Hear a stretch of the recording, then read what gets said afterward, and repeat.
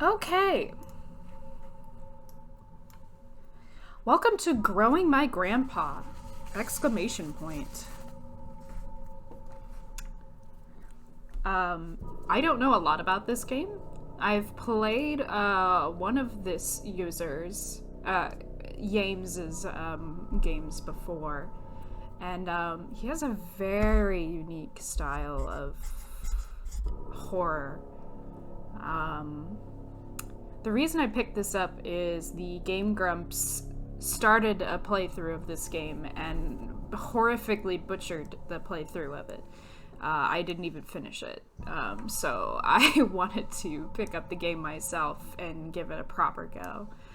So I only know the absolute basic premise and very little else of it. Again, I stopped watching it maybe at like the 10-minute mark. I'm very excited. This title is elusive to me, to say the least. Okay, what if we disable shader intensity? Oh, okay, so how it is. Cycle through display options and change cursor and handedness. Oh, handedness? So is this like left-handed, right-handedness? Well, it might help to have something a little bit brighter. Okay, but let's get into it. Tutorial regarding basic game mechanics.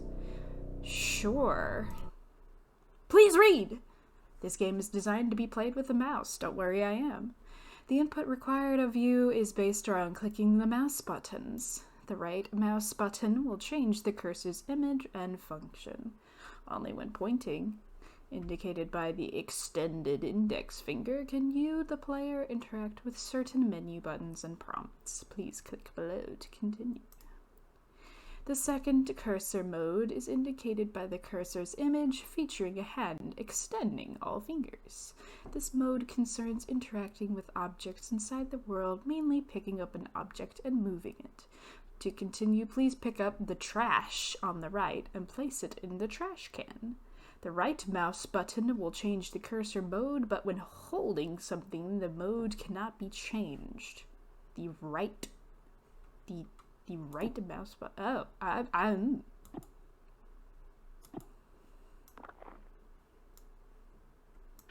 Interesting. Okay, yeah, that is a little bit different, so I'm glad that they gave a quick tutorial about that. The right mouse button. I'm so used to clicking the left mouse button to interact with things, so yeah. Okay. That's it. There will be many situations in Growing My Grandpa that will require you to pick things up, place things, grab things, or give things. Don't be afraid to experiment and keep an open mind about using your hand. Please click the button below to continue. Remember, button. We clicked in the pointer mode. Oh, you cannot do it like this. Okay. Trash can.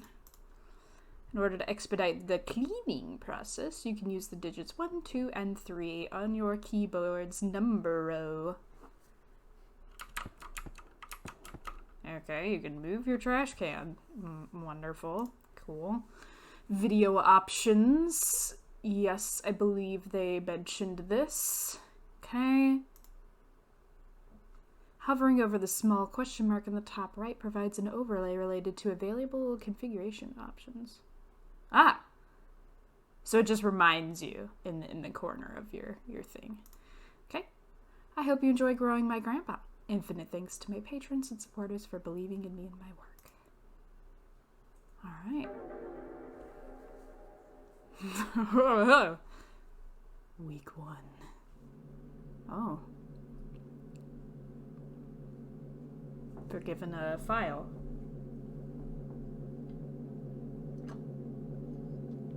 I know there's going to be a lot of reading, that's why I'm hydrating up. Oh, this booming is getting louder. I excused Adrienne during music class today and spoke with her about her recent string of demerits. It was our first time meeting outside of our quarterly evaluations, and I believe it went well. I can certainly understand Miss Richardson's classroom observations concerning Adrienne's emotional state.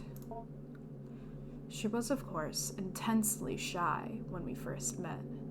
As I understand it, she is similarly withdrawn in her classroom activities and only speaks or acts when she absolutely must. Oh, this droning is gonna... Ugh. I might... Oh, no, I might turn this down just a tad. Just a tad. She is... Okay, where was I? As I understand it, she is similarly withdrawn in her classroom activities and only speaks or acts when she absolutely must. Some things she simply will not do. Instead of participating in mandatory group activities, she will sit alone and accept that she will receive a demerit. You know, I'm starting to kind of, relate to Adrienne. I was like that when I was a child. Very, very, very young child. I would do, what they would call solitary play, and no, they did not like that. Before the meeting, I read Miss Richardson's parent-teacher report, which allowed me to estimate some about Adrienne's home life. The parents are well educated and come from a prestigious background, but they lack time to properly nurture Adrienne. She is often alone, and when she is not, the parents seem to not understand the importance of warmth and affirmation when dealing with someone so young. Having two parents of this reserved and icy temperament exacts an inhibition in child. The child's imagination is subdued, but only ostensibly, for it eventually finds its way into the regular life. I surmised that I would be able to reach out to Adrienne by way of make-believe. Okay. Oh! Is this Adrienne? Why are your eyes closed, child? You look very unwell. Of course, you brought the teacher an apple, though, so points there. How are you liking your new house? You've told me you used to live close by, but it still can be a big adjustment. A new room, a new school. The basement. I like that. Hey, you know what? Depending upon the area, finished basements, they are nice. The basement? Yeah, well, there's a lot of cool stuff. Mom and Dad sent me down there. Oh, well, you got grounded. Your mom and dad made you go? Yeah, but there's lots of cool stuff. Well, that's not why they sent me down there, though. Why did they send you down there? Fighting. They were fighting, shouting. I came in to help and they shouted at me. They said, go clean up downstairs, so I went. That sounds tough. Do they fight a lot? No, well, It's alright, Adrienne. Maybe you can tell me more about the basement instead. Okay, well, it was weird at first, the stuff down there, but cool. I found something living, sort of. What, did you find mold in your basement? Or did you find a rat? Maybe you found a rat crawling down in your basement.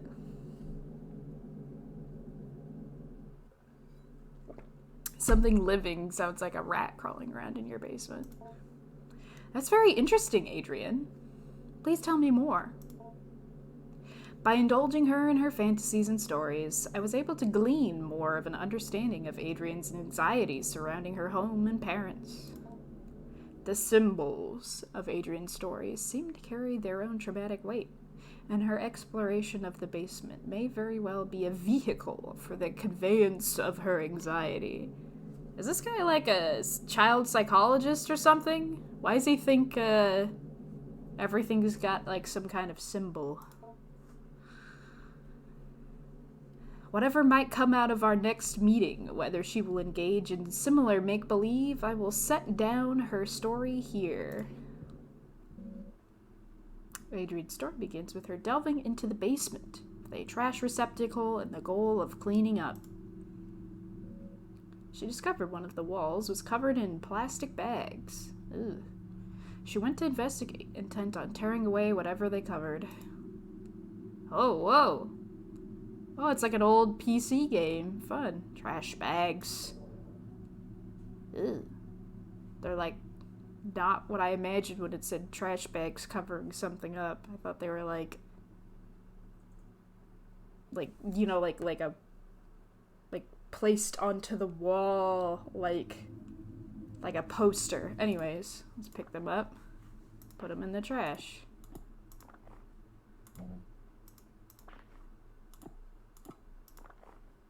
They're more just kind of stray. Upon removing the plastic trash bags from the wall, she noticed the interior lining was covered in glass. Is the thoroughbred glass? Like a window, I offered. No, like a mirror. That's dangerous, child. Please don't be touching shattered glass pieces. You're gonna cut yourself. Reflecting inwards towards the animal they covered. Okay. I gently asked her what exactly this animal was. Here is where the material reality of the story took a turn for the explicitly fantastic and imaginary. I mean, I joked about mold, but wow, okay, maybe actually. Upon her discovery of it, at her gaze, it grew, or extended, its shaggy-haired self. Hair, like the fur of a dog. No, she said. Not the fur of a dog, nor the hair on her head. It grew out towards her, the animal's hair, reaching out. It was hard, standing almost straight, like the hair on a brush. A bristle, I offered. Yeah. She was very afraid at first, but then very curious. I asked her what else was in the room. More things hidden away, she said. Things of Grandpa's as well. First, she found a hidden passage under the stairs. Inside were strange dolls, magic objects, naked, faceless figurines. Or figures. Faceless figures. So is this just, like, where they stored Grandpa's things after... Like, is this, like, Grandpa's space, like, where they stored his stuff or something? What's going on here? I heard these cryptic utterances and merely nodded. In order to keep the game of make-believe going, I only pressed for details where I thought necessary. The faceless dolls could be simple metaphor for the anonymity she feels in her own home. The hidden passage, I'm unsure what to make of that. The revealing of the concealed seems to be thematic in her fantasy. The door under the stairs is but one example. Okay, I think this guy just thinks everything's make-believe, but this is, like, totally happening right now. I cannot touch the fuzz monster. Okay. I mean, it looks like a typical basement, albeit old and not finished and full of junk. It's like a cabinet or something. There's a chair, trash pile. Hidden passageway, I guess, is maybe that door that she's referring to. Trash. Those like old takeout containers.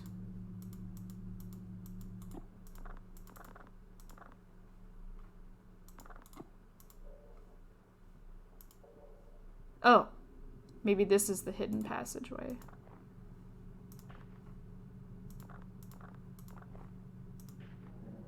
Once she removed the panel and found the magical hidden passage, she was very specific about what she took. She found a magic book, a magic doll, a photo of her late grandpa, oh, so grandpa has passed, and magic glue. Oh, okay. Oh, I see, so, like, that's the stairs, and that's, like, paneling of the stairs. Take doll.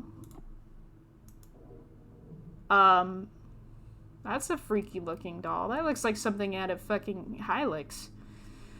Its material is rough and coarse. What is it made out of? Like, rope? I don't like it. That's not a normal doll. Why are there mannequins in your basement? Okay.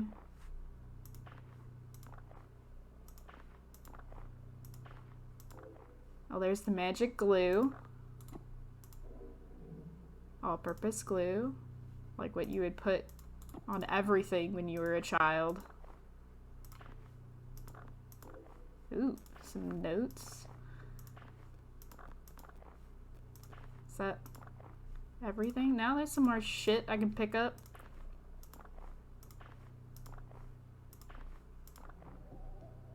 Okay. What's this say?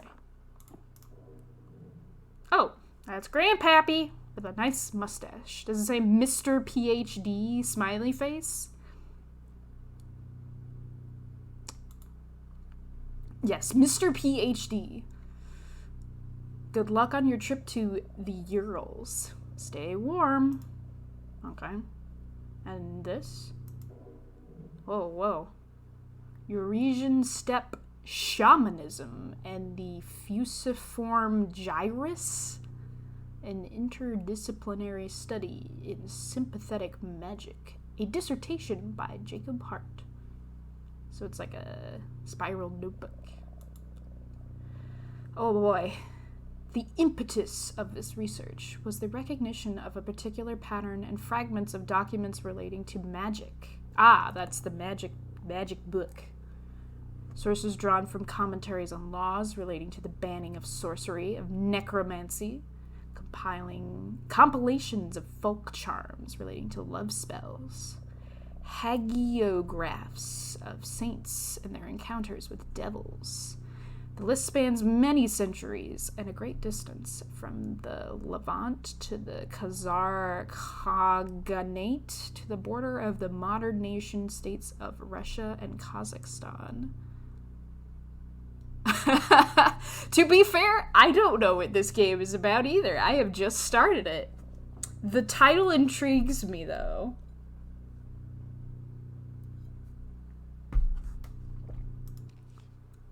From the paper trail arose a consistent account about a certain form of magic relating to the binding of demons to a sorcerer's will. Okay.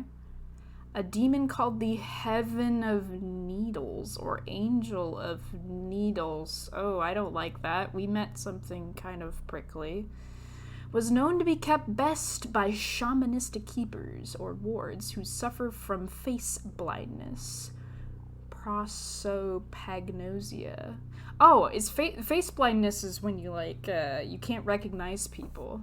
Yeah, like the what was the classic? The man who thought his wife was a hat or whatever.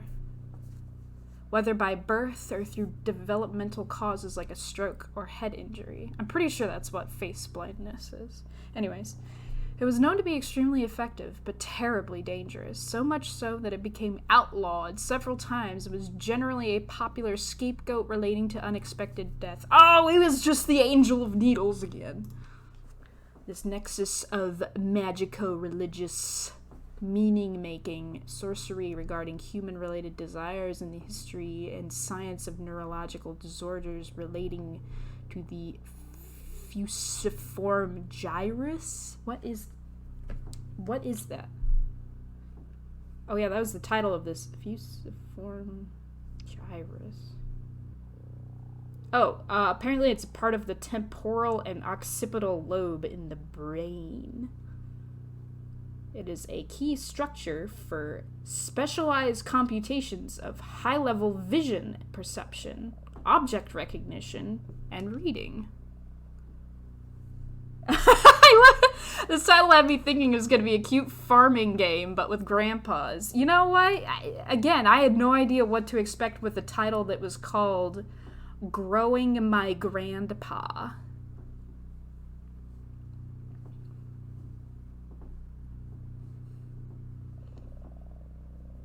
Okay, so they're saying magic is relating to a part of the brain that has to do with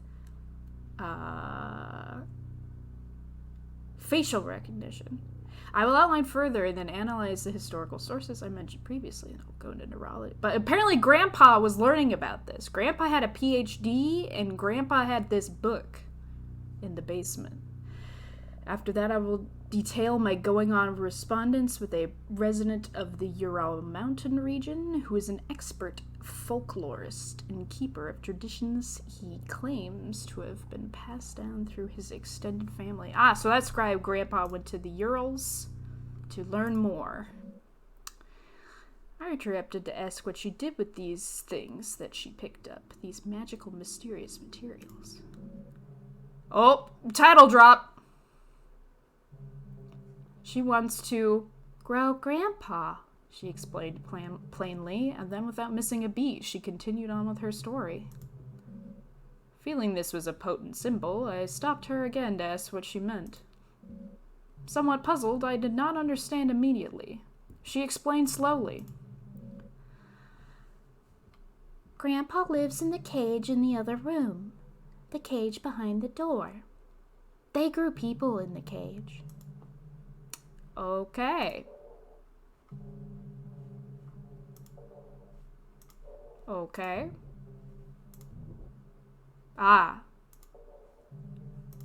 Is this the door? Oh, okay. There's a big note.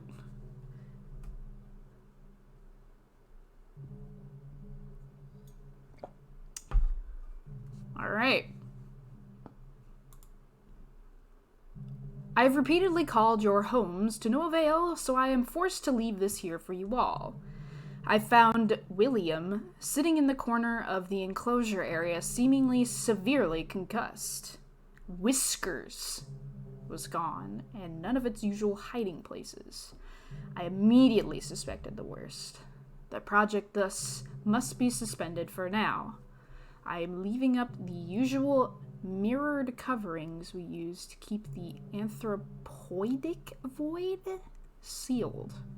I have done my best to lock up everything on such short notice.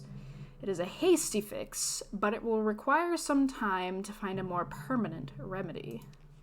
I am honestly hoping you do not find this note, as I intend to lock the house down. I intend to race off to you to retrieve your lockbox keys. Do not worry about Williams, and the rest of his equipment is almost certainly deep within Whiskers. I pray you do not enter this room. No matter how it may appear, William cannot be helped, and is only being kept alive as a means of continuing predation on the rest of us. I will say once again, no matter what state you may encounter William in, he cannot be helped. I have sympathy for the young man, I truly do, but I found on this person several photos of his late sister, which would imply certain risks he knew he was taking. Our extant research materials have now become possible liabilities, either criminal or professional in nature, so I've stashed them away, so they don't want to be found out about the dubious things they've been doing down here. I believe I let you all know how I might do this if we were to ever experience an event such as this. I hope you all remember what I told you so long then. Whiskers? Is that the blob in the corner? Because they said it got out. I wonder. Okay, there's some other notes on this door. Why is there a lab orientation in the basement? Daddy? Daddy, you have some explaining to do. Daddy?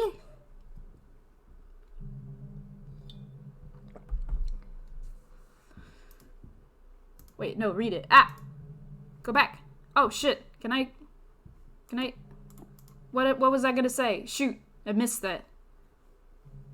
Fuck. Do I have, like, an inventory or something? Oh, well. Fuck. I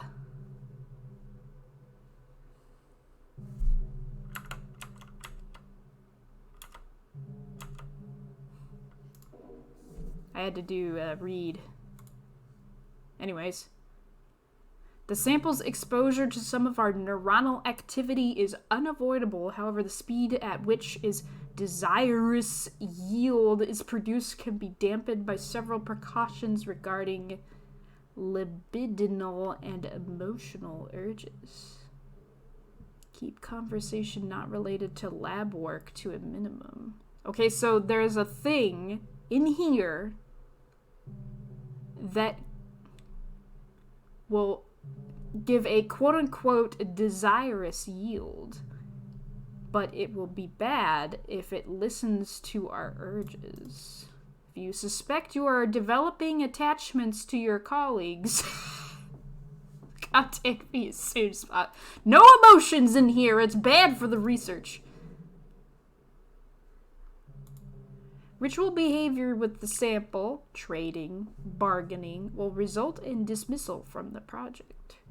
The mechanism of the exchange of symbols and gifts required for a requested desirous yield is not known, and even the anecdotal accounts of success are end in violent death. Don't give the thing presents, okay? Regarding growth cycles, every time whiskers regenerates and leaves dormancy, it is to be logged as a new propagation. The sample's bodily existence cannot be, i.e., a part cannot be cut from the whole, so there can only be one living propagation.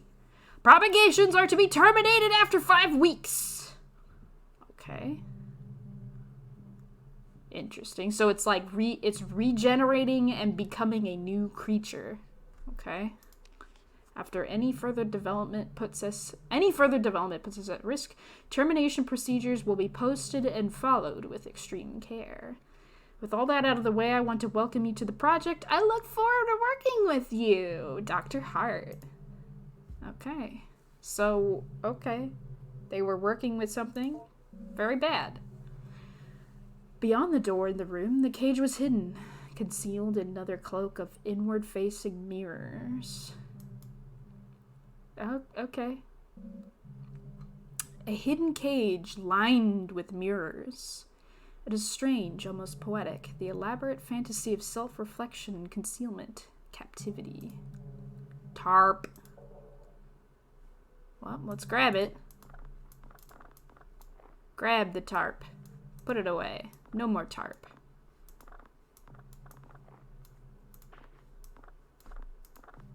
Get it.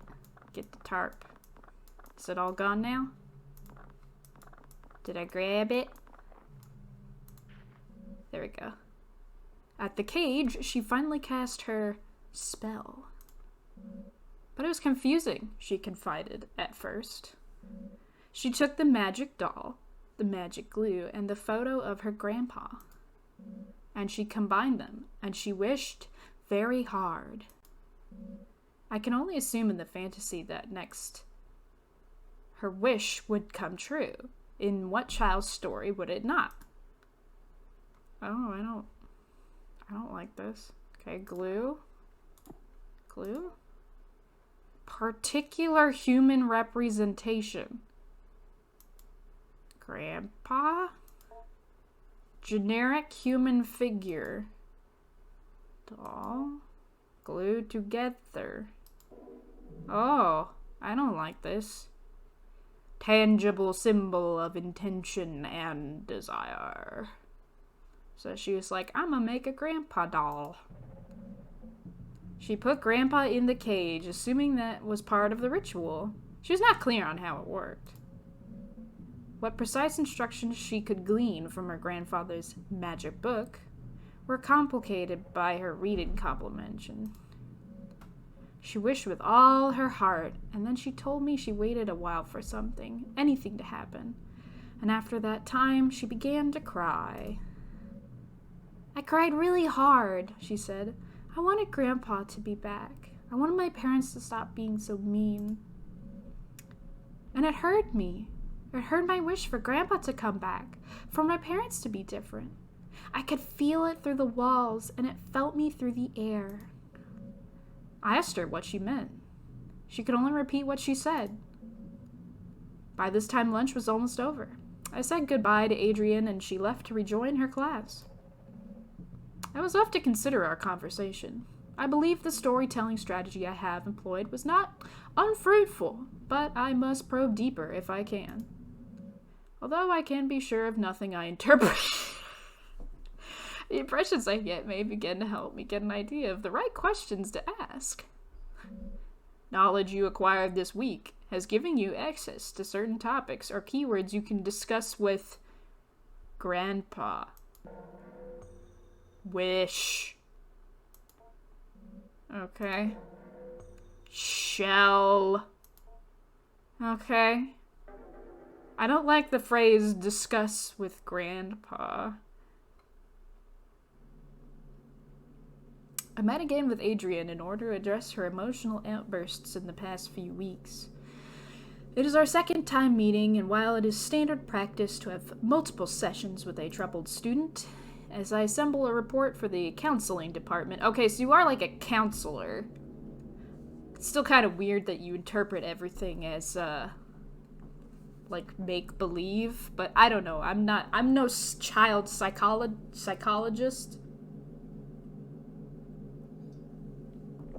If I was speaking to a child who I was worried was emotionally disturbed, and they were telling me, I went down to my basement and I tried to grow my grandpa.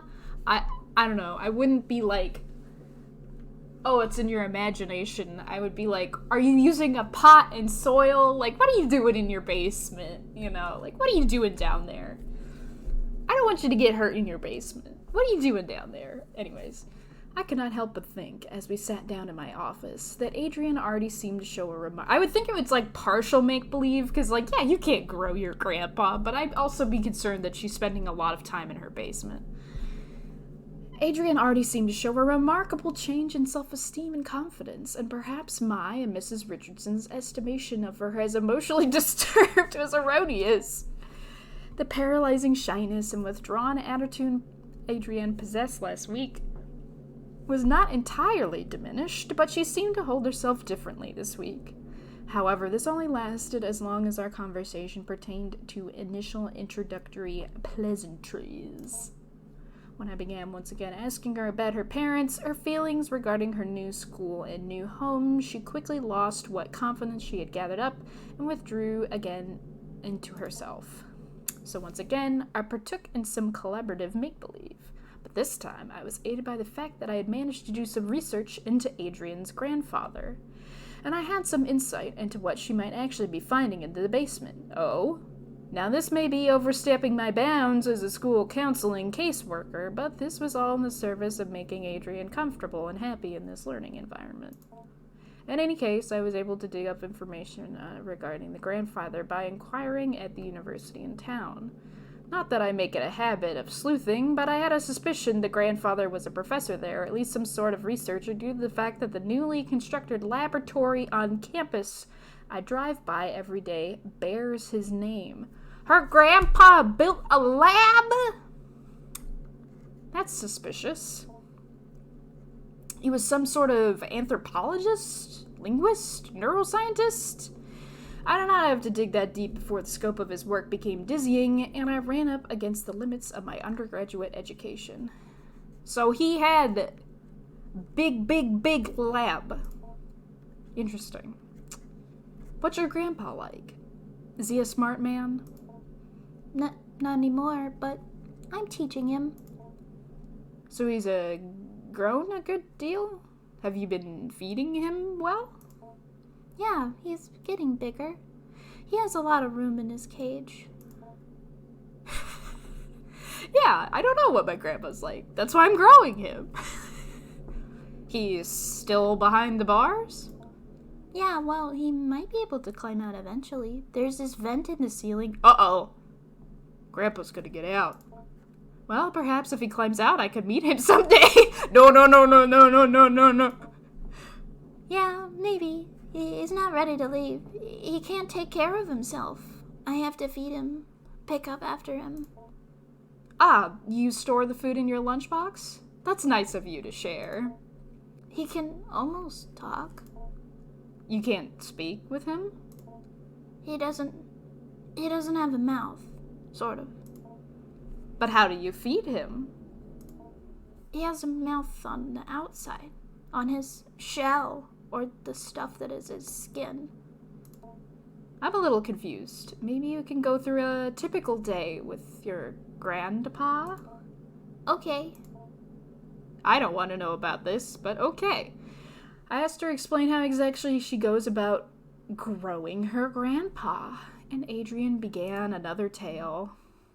According to Adrienne, in the week that had passed, much had changed in the basement.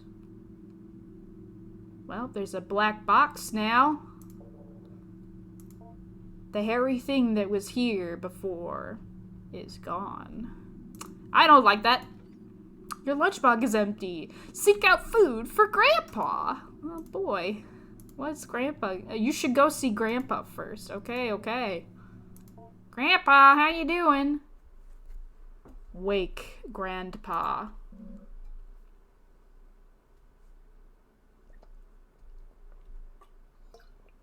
It was scary at first, she said.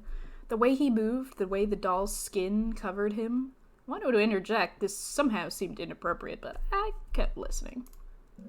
When I look at him, she continues, when I think about him, he grows and moves. It's like he's growing for me. So he's growing bigger now. Yeah, bigger every day.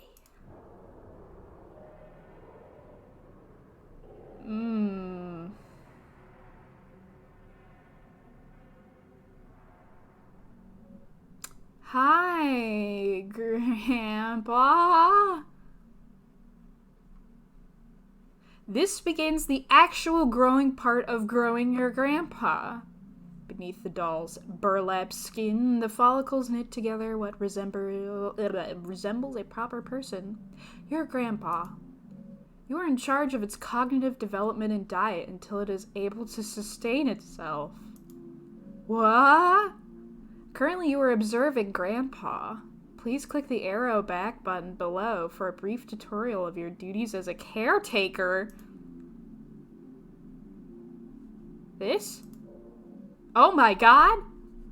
Here we can see a variety of options regarding growing your grandpa. Oh my god. Feed Grandpa. Teach Grandpa.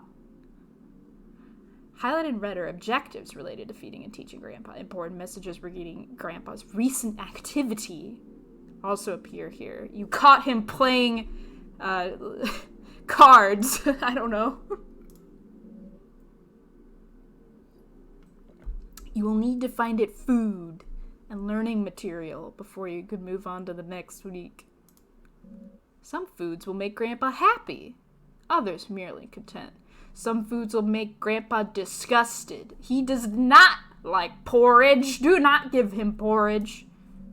Learning material is also scattered throughout the basement.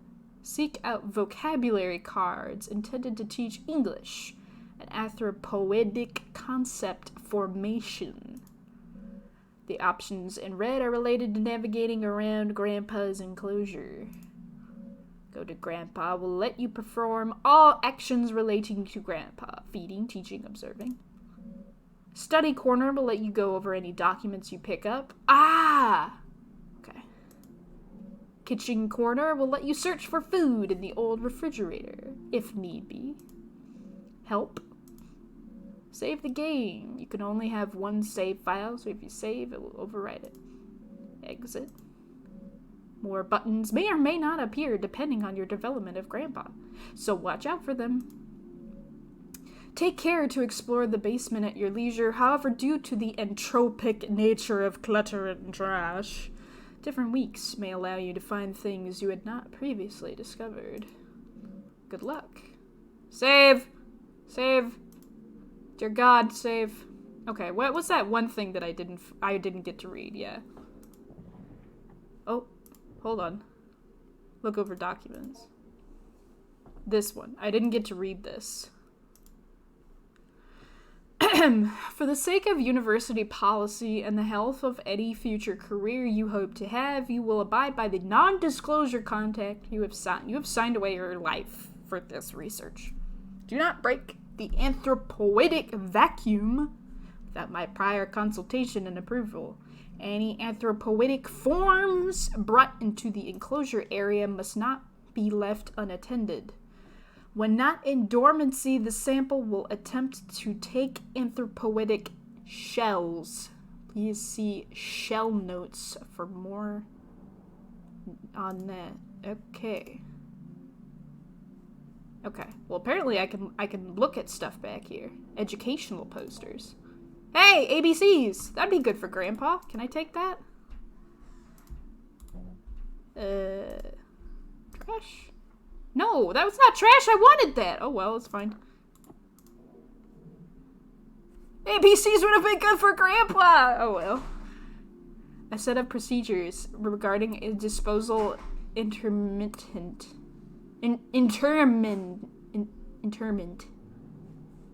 Cool. The researcher will seal off the enclosure bars, ensuring minimal gas leakage. Later fumigation process, and then retrieve the burn barrel. Allow at least 48 hours of time where the current growth cycle experiences no human-related stimuli. Do not enter the enclosure area nor any part of the basement. And ideally, you will not be on the grounds at all. After 48 hours, 2 researchers will enter the basement wearing their assigned mirror mask, mirror apron, and powered air purifying respirator. The researcher will use the vent system to fumigate the enclosure area. Wait 30 minutes and then use the fan system to ventilate the enclosure. Keep the fans running. So something about this thing produces gas that they don't want to breathe. Re-enter the enclosure area wearing your mirror masks. The organism may or may not be in complete dormancy. It is not in full dormancy. Be assured that the capacity to act against you will be greatly diminished. With your assigned power drills, completely remove any enclosure bars. Put them aside. Put the organism in the burn barrel. Incinerate the organism. Turn off the fans. The other researcher will sift through the ash, place any other substantial remains in the biohazard bin. The bin is locked. The code is... Oh, I should probably write this down.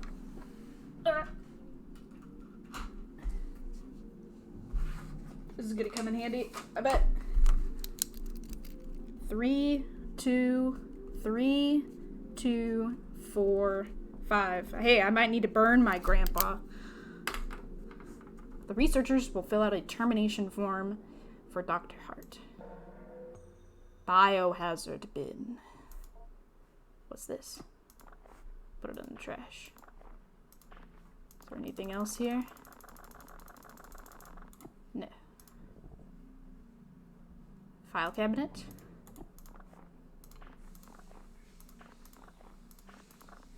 I did not expect this to be... cashews. Grandpa might like this. I like cashews. Did not expect this to be a cleaning and growing, this is not anything. I mean, I guess I couldn't expect anything from this fucking game, right? What is this? Account of acquisition. It's said to pass from one family of steppe people to another, but pressed on its ultimate origin somewhere to the south, coiled in a bowl covered in incantations, buried upside down by a graveyard. The keeper, an elderly man in failing health, was ready to expand on and on about the dangers of the organism, but when I asked more pointed questions about the history of its acquisition, I was given curt responses that had a way of circling back to vague warnings. Okay, so it came from, like, some fucking graveyard. Gross. Well, we got cashews.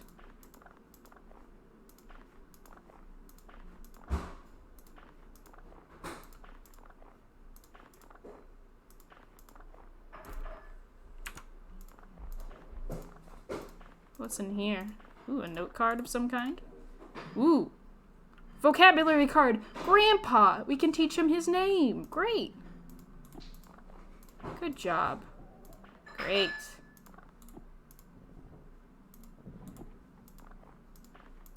How convenient that they had the word grandpa in there.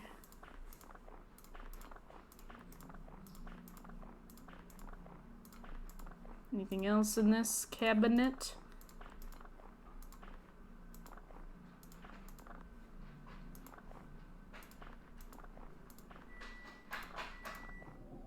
nothing in there. Oh, wooden bottom. Ooh, secrets. Cleanup procedures. I don't mean to be overly severe, but Dr. Hart's work is very important and the material we are working with is potentially very dangerous. What gave you that feeling? I'll be handing out a copy of this note as a reminder to everyone. I am not trying to single any particular person out. We have all misconceptions about the nature of this project from time to time. With that out of the way, here are some things to keep in mind. The act of growth must be thoroughly terminated via the correct procedures at the very least 4 weeks after dormancy is interrupted. Doesn't matter what you've done or haven't done regarding tests or procedures or how much the anthropoidic vacuum has been disrupted, we are not ready to go beyond 4 weeks at this point. So you don't want it to get too big.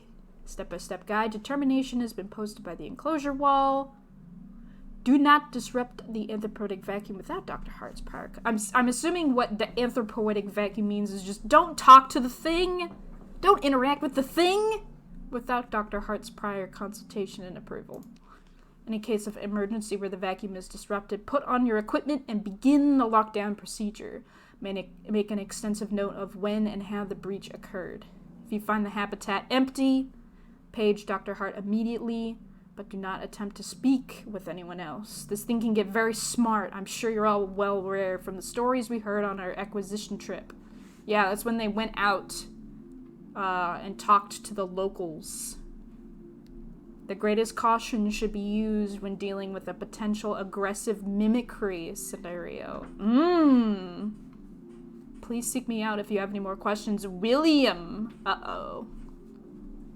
Poor William. Sample exoskeletons. Okay.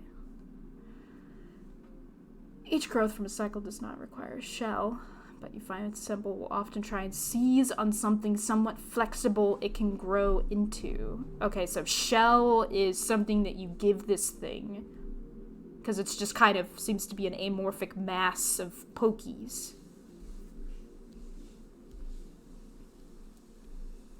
Or else it will move from one shell to the next as it outgrows them. Oh my god, it's like a fucking hermit crab. So maybe that's why it liked the little doll that we gave it. The small amount of time I have spent with it in preparation, I have noticed it tends towards human forms. However, we should keep a tight lid on the anthropoidic seal in order to be cautious before we begin to experiment with exposing it to long-term anthropoid stimuli. Okay, interesting. All right. Medical imagining device? What is this?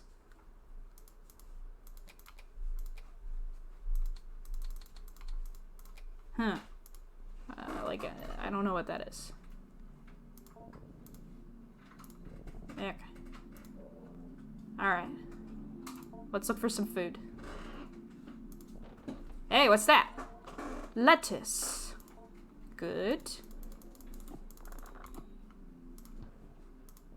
Hey, a banana. Brown banana. Cool. Prepare food, maybe? I should still probably look around. Save. Explore the basement. Yeah, I should probably look around a little bit more, right? Top drawer. Gotta get more note cards so Grandpa can get a big, big brain.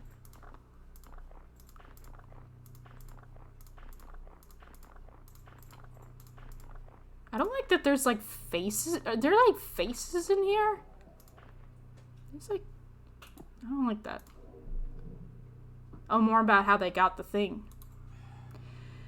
Before we began, we had us all cover our faces. An earthenware pot was on the inside. As we stole brief glances at it, we could see the interior was inlaid with mirrors. Yeah, something about like it not being able to see anything else but itself seems to be important. V gave it small pieces of dough, spoiled food, chicken feed, keeping it content. So they kind of had an idea about feeding it. Okay, so it likes, let me make a note. So it likes dough, spoiled food, chicken feed? Keeping it content. The keeper gestured towards the small bag with food composted. Told us to be careful not to feed it any meat. Okay. No meat. Asked if rotting food was enough to sustain it, how it might get any nutrients. The keeper regarded me seriously and said it did not matter what it was fed. The act of feeding itself what was mattered.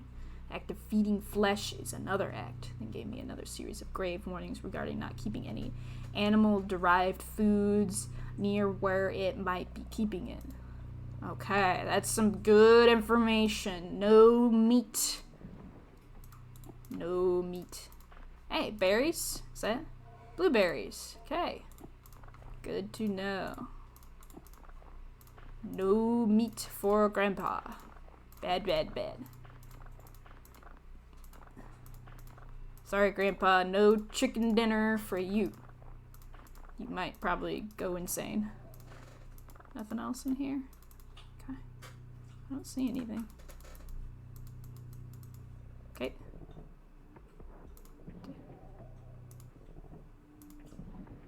Safety? Is this a safe? 1951? Okay, I guess I can't do anything with that yet. Trash pile. Ooh, painting? Ooh? Nani? Radiographic images. Oh, I can probably take that to the thing.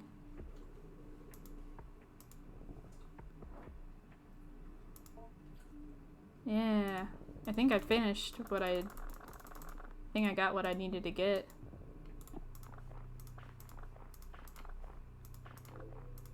Is that like beef jerky? Fiberglass. This isn't really food. Grandpa might eat it forever. Forever? However. Nah, I probably shouldn't feed that to Grandpa. I'll make Grandpa sick.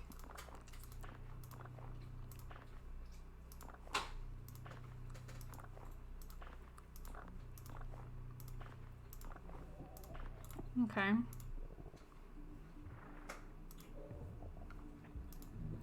What about this trash pile? The waste here smells particularly strong. What was that, like a doll? Paper doll.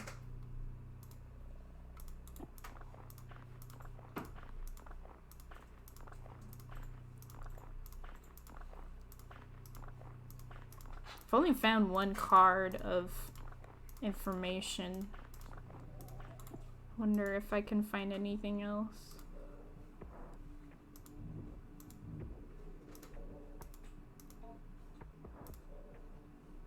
Is there any bulbous growth? Okay, what's this?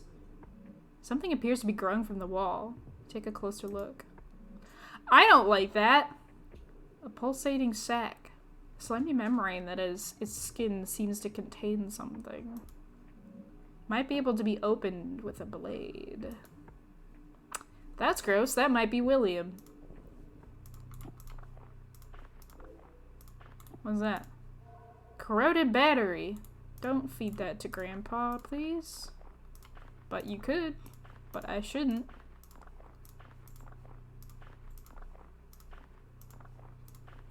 Well, if I find a blade... where's the rest of... Oh!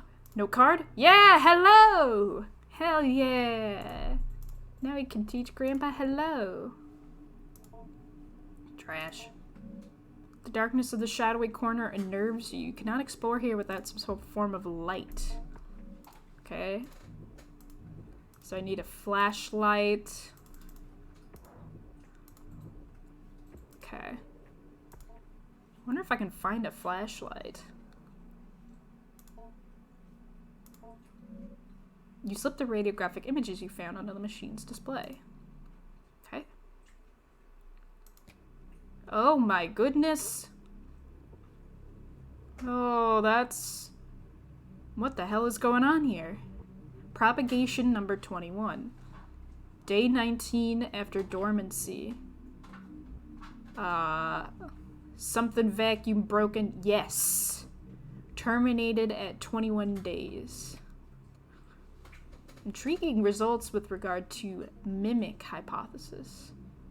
A participant entered a sealed chamber adjacent to Whiskers, which had been freed from the vacuum, constructed quite economically from plastic and broken mirrors. The first propagation's original earthenware vacuum was shattered during the move-in. Between the two, there was a semi-opaque glass panel that allowed observation both ways.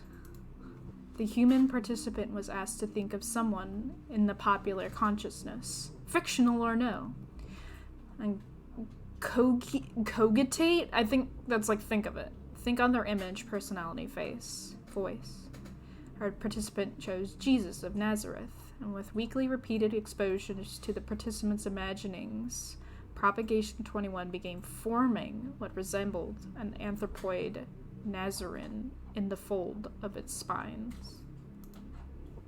Previous human-oriented tests have always bore out a result that Whiskers would form an anthropoid team member, be it me or Dr. Hart or Gerald, and we assumed it was merely mimicking one of us.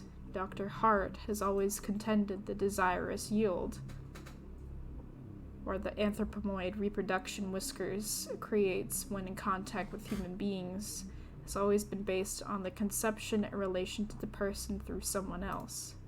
With this framework, the desirous yield is not actually a replica of... I guess desirous yield is the final product of this thing. It's not actually a replica of a person, or if it is only a replica of the fiction of a person generated in the mind of another.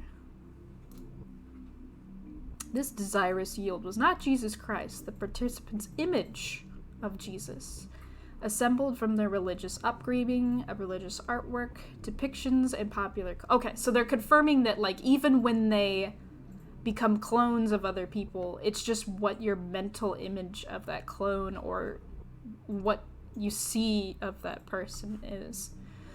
This radiograph was taken right before the destruction of the growth cycle, while Whiskers was rendered unconscious via fumigation. It seems like with every successive propagation, the stem cells in the organism work a little faster, but I'm not paranoid. It's technically deathless, yes, but we're burning up whatever knowledge is gained when we incinerate it. I don't believe in magic just yet. Interesting. So yeah, it has like a human skull, but there's all this stuff in the back of it. Propagation number 2, 0 days after dormancy, terminated at 6 days. What am I looking at? What am I looking at here? Oh, is this just its like natural... This is its natural state. Okay. We have taken to calling it Whiskers, though of course some have interpreted it as hair or needles or quills. But Whiskers is more accurate, as the needles are more like suprasensory follicles or spines. The nerve nets distributed through the morphology of these spines resemble those of the genus Hydra, and have myelin sheaths that are functionally the same as vertebrae. So it's like nerve spines. Each spine is dense with optical arrangement similar to compound eyes. Oh, it can see out of this? The Hydra connection is assuredly worth investigating with regard to the organism's capacity for regeneration and anecdotal deathlessness. It certainly is a robust enough creature to inspire marvel that is not untinged with fear. Oh god, yeah, you can see like eye spots. Okay. 14 days after dormancy. Nobody spoke to it, though. Termination at 16 days. Exposure to mammalian forms, part of a series of zoomorphic influences, led to further understanding of the propagation's ability to stimulate the somatic stem cells that constitute fully developed animals. Alright, simulate. Examining the tissue of each propagation leads me to believe its amazing capacity for accelerated growth of vastly different forms comes from its cell-level mutability. At no time does its function as the thing it becomes, except in the sense that it mimics it. Yeah. It's removed from dormancy and replicates a rabbit's morphology. It is not seeing from the rabbit's eyes or smelling from the rabbit's nose, but pretending that it does. Doing a very good job of it. Blob. Okay, nobody talk to it there. Growth cycle number 4. The strange thing about it is the subject of the image was nowhere near the enclosure. It's almost like a piece of whiskers fell off and scurried into the corner. Uh-oh. I feel like we've learned a lot since then, but at the time I remember speaking about the morphology being weird, not really resembling any extant morphology, or zoomorphic structure besides maybe a cuttlefish. I opened the thing up. Little dead amoeba-like things. Sort of looked like they had faces. After I took the radiograph, it went to go through the biohazard bin. I could hear whiskers suddenly going wild, flopping around and grunting. Could it have smelled the cuttlefish thing? Would it eat its own production? Guess it's technically flesh. This is beyond the scope of the project, but it could be that without the stimulus of an active brain, specifically a healthy and active brain capable of face recognition, Whiskers begins to pull whatever it can from the limited availability. This is not our focus. I just left a note for Dr. Hart. So if you don't give it any input, it'll just kind of spit something out at you. Alright, so that was all of this. Weird. Okay. Grandpa, you want some food? Hey, Grandpa. Go to Grandpa. Oh, there he is. He's in the chair. Hi. How you doing? You're real tall. Let's observe you. Noting its movements, respiration, and general mood. Grandpa seems sort of sluggish and bored. Get the feeling it may be more content and readily cooperative once fed and taught a word or two. Okay. Let's feed Grandpa. Yes. Sure. Simulated the production of tooth enamel to mimic a human mouth. Good. Need to be fed. First, you need to select an item from the lunchbox. Nice food, bad food. Select an item. Doing so will fill your hand with the item. Know that any food can be put back into the lunchbox. Before Grandpa, it must judge the food by smell. Oh, good. Hover your hand above Grandpa's olfactory bulbs. If Grandpa is pleased, it will allow you to feed it. Most foods Grandpa will accept, however, getting Grandpa to consume other things requires some culinary deception. Will we have to feed Grandpa some nasty things? When Grandpa is willing to be fed, hover your hand over its mouth, and click. Grandpa will then consume the food. Good luck on feeding Grandpa. Okay. Oh. Oh my god. Oh my god. This is something. How do you feel about a soft banana? Click on the nostrils left of its mouth.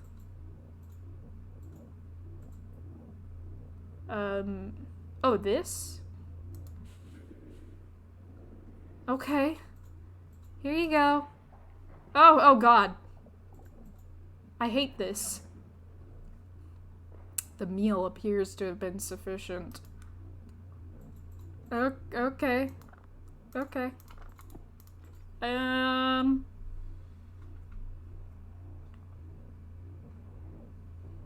How about stone-like exteriors, flaky and stiff?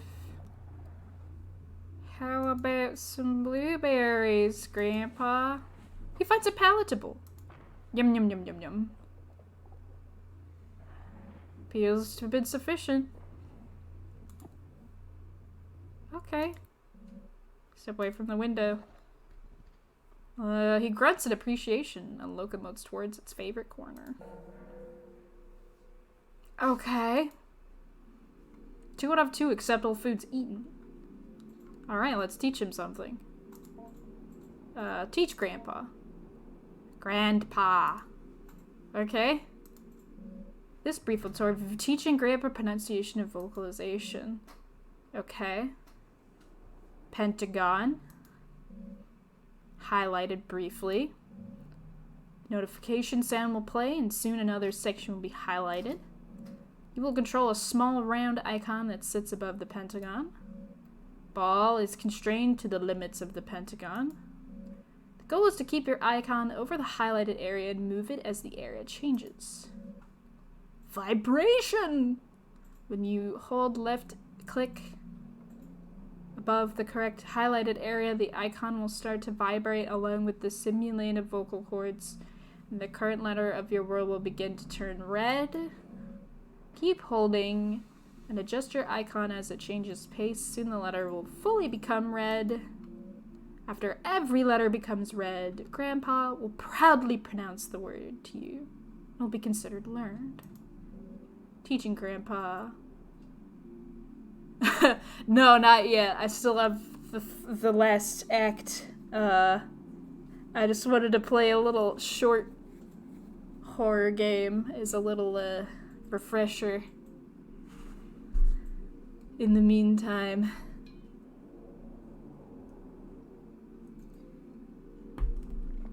Teaching Grandpa these words will accelerate his cognitive development and lead to further breakthroughs. Great. Let's teach Grandpa. Oh boy, let's go. Hi. Oh, okay, so I gotta... oh god. Oh god, this is weird. Oh god, what is happening? Oh god.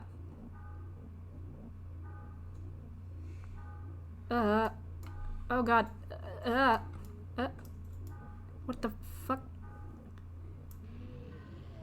I hate this. Why?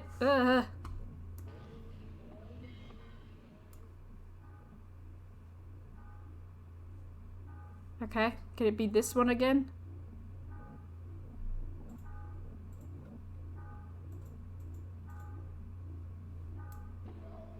Okay.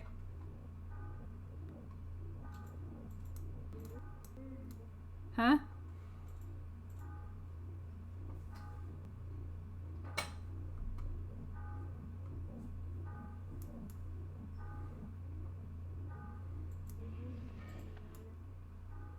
Does it matter which one I'm in?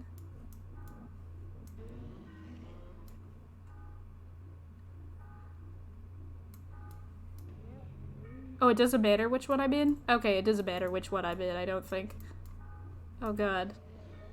Oh, no, it's going away.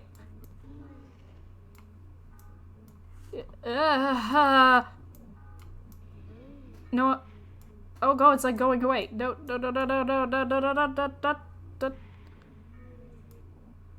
Come on.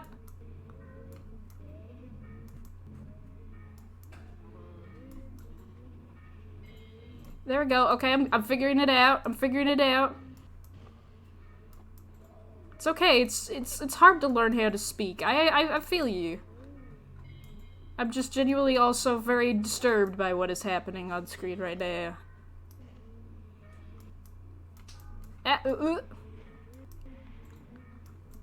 There's a lot to process about what's going on right now.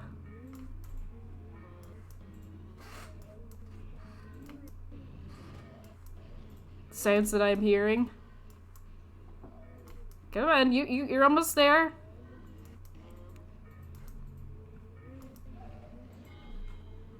Oh, I can just swivel it around. Oh, I can swivel it around. Oh, that's gonna help a lot. Swiveling around is helping a lot. I thought I had to, like...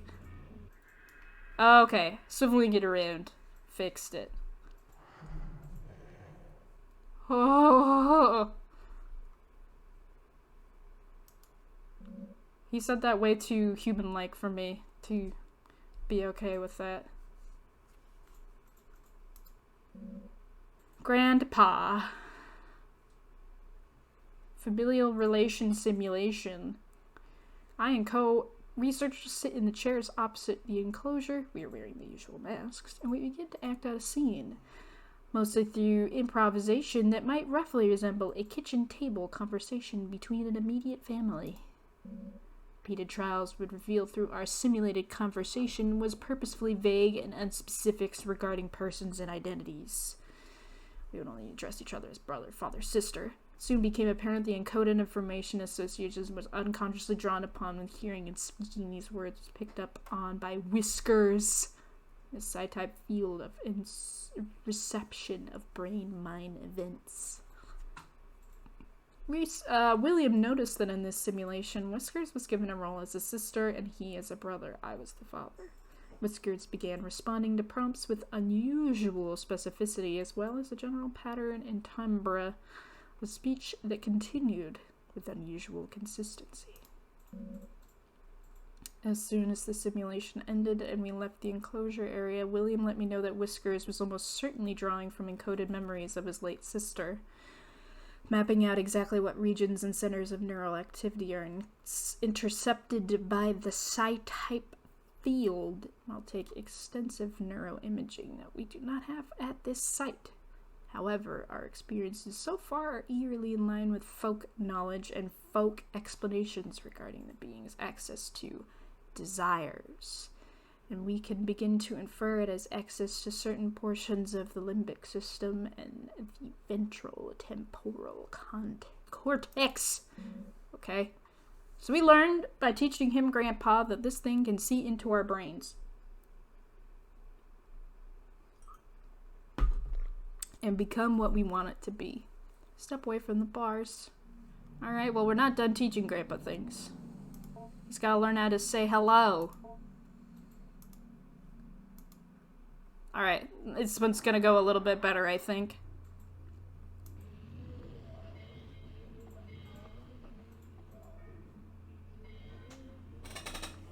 Still disturbing, but...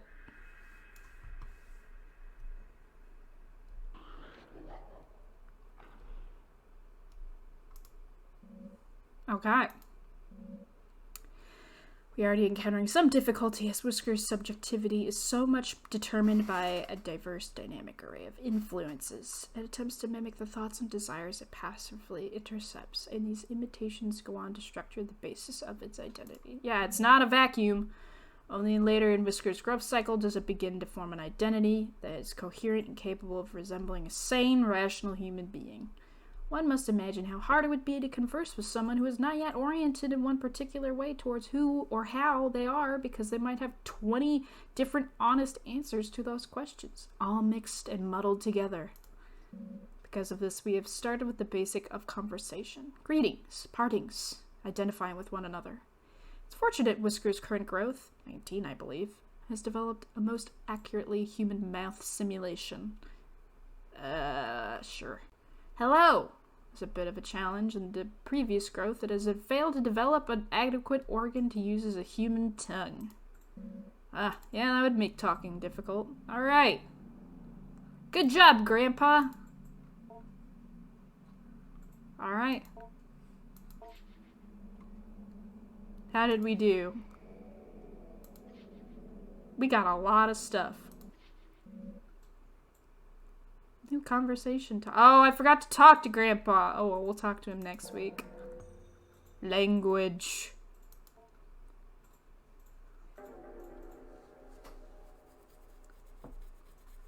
Maybe we can talk to him a lot. Maybe, now that he knows words or something. I don't know.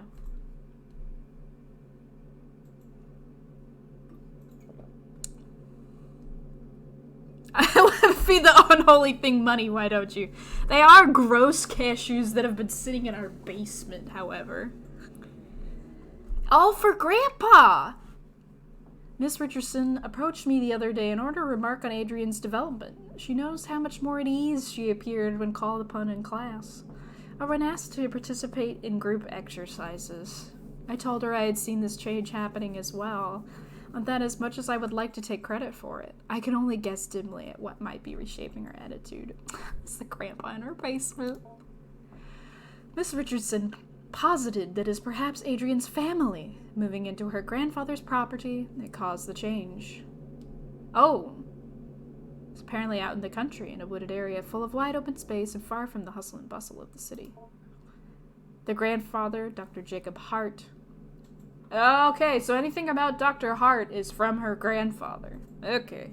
So everything he's been doing, all this shit about whiskers was from is their grandfather. Her grandfather was the one doing all this whiskers shit. Okay. Had jointly purchased the land with the university he was employed with and began constructing what he was intending to be a satellite campus for burgeoning psychological anthropology program. Of course he was into psychological anthropology. He's got this whole weird shit going on. Only one building ended being constructed after Dr. Hart died in a car accident while driving back from the property. Eerily, at almost the exact same time, a grad student who was assisting Dr. Hart in some sort of project vanished without a trace. Yes, that seems to probably be William. The property sat in disuse for years, and it was tied in legal battles between Dr. Hart's next of kin, the university, the vanished grad student's family, and other students Dr. Hart was working with. Eventually, the case was settled out of court. Only recently did the property fall in the possession of Adrienne's mother. Obviously, I was not going to relay this whole tragic story to Adrienne. For all I know, believes her grandpa to still be living in the basement of his home. Besides, I thought she might already know all this. Perhaps the elaborate story she was constructing was her own way of escaping the morbid details of a life, cut short by the cruel force of fate and the cynical adults who squabbled in the aftermath. I determined perhaps the storytelling she was and continues to engage in should not be encouraged by me, at least not in the way I went about it before I made active inquiries into her strange fantasy of a semi-sentient ball of skin. When I saw Adrienne, I did not bring up her grandpa or ask questions about his growth. Adrienne could not stop talking about it, however. I had no choice but to weather her bizarre and enthusiastic effusions about her new best friend. Adrienne, maybe we could talk about something else? I'm not sure I'm following you exactly. He's gotten so big. He has so many whiskers that come out, and I can see them move around when I think about him. I'm not sure what you mean. I'm so happy Grandpa is back. He's so much cooler than Mom and Dad. Once again, for what it's worth, I've put down the story she told me as best as I could. Adrienne once again told me about growing our grandpa. Alright, this music is driving me insane.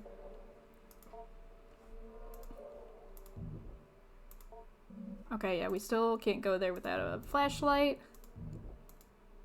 Okay. Maybe we can find one this week. Cabinet. Going cleaning. Gotta get that cleaning done for Grandpa. He's my favorite grandpa. Nothing here.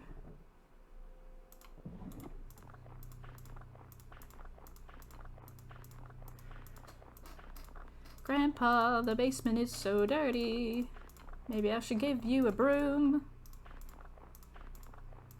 Grandpa, why are there heads in this drawer? Yeah, what's this about? What's this safe about? Can't do anything with it, I don't think, though.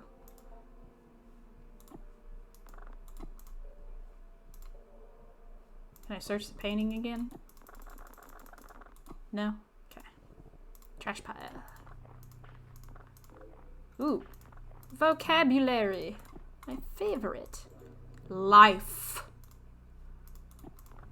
That's an important word to learn, Grandpa.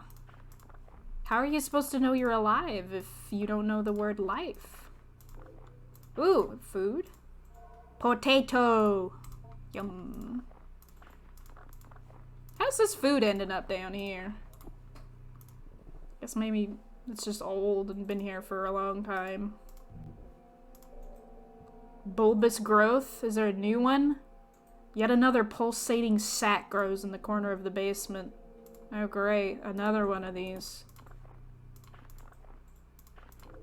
Ooh, vocab. Indecision. That's an interesting word to teach someone. Why would Grandpa be indecisive, though?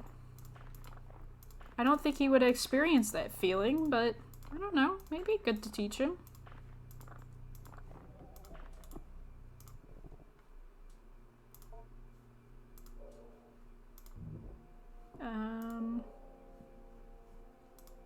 Is there anywhere a flashlight could be? Did I search this trash pile? No. What is that? Oh, food. Kiwi. Yum.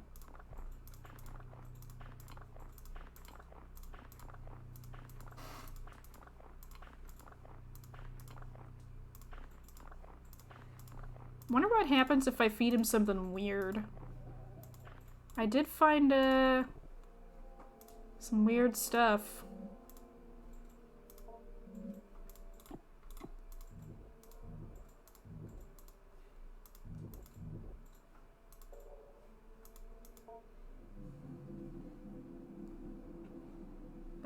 The study corner. I can also examine these again, I think.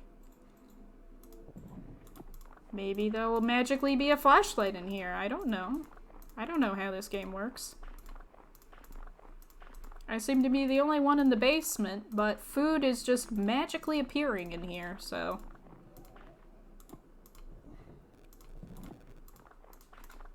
Food and note cards are just appearing from the void.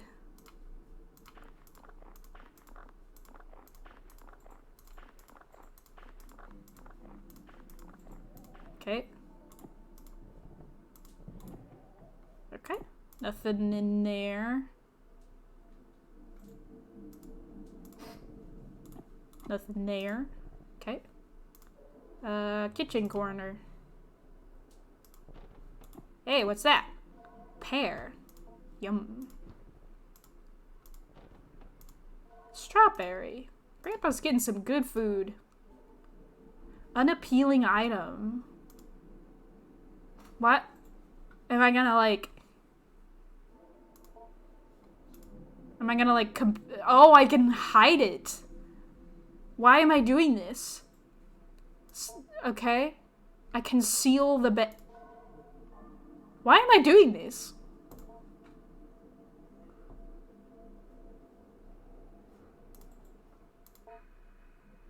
Is this to like kill Grandpa? I'm curious. Okay, let me save first. Okay. Oh, okay. What's he look like right now? Gums are bleeding slightly and its skin seems overly dry. It may need a food packed with vitamin C. A kiwi fruit would be an extremely good remedy. No response. Okay. Well, how do you feel about this concealed battery? He will accept the feeding. The meal seems to be causing some indigestion. He empties its stomach onto the floor. Its contents pulled together in front of the cage. Can I continue to feed him the weird shit? Oh, what did he say? He's more discerning, so I can't. Okay. Well, that's fine. I have some good food now. Okay. Yum, yum, yum, yum, yum. Okay. How about lettuce? Okay, he doesn't really care about that one. What about cashews? Do you like them? Okay. Do you like anything at all? Okay, whatever, eat it. Okay. So we fed him 3 things, right? Other. Oh, we need one more acceptable food. Wait, what does it say? Grandpa recently emptied his stomach. Explore the basement? That's like a different color now. What happened? What happened? What happened?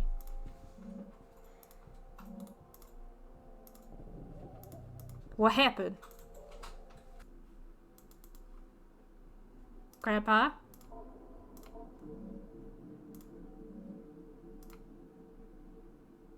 Oh, here we go. Examining stomach contents. Oh. A key. Ah. Gross. But thank you. There's a... Yeah. Oh, okay, here we go. This is some stuff. Photo of your mother as a young woman.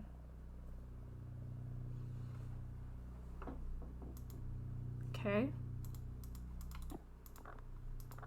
Anything else in here? I mean, there's a photo of my mom. Okay. That's it? We ain't gonna take the money? That's fine.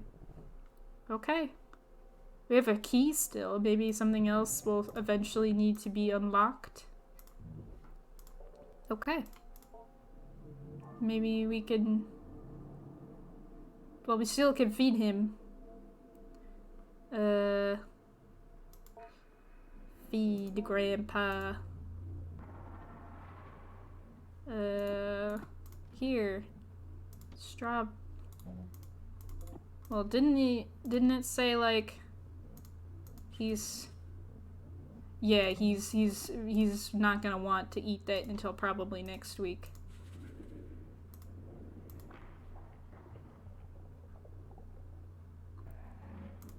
Okay. Oh, it's locomoting towards its favorite corner. Okay.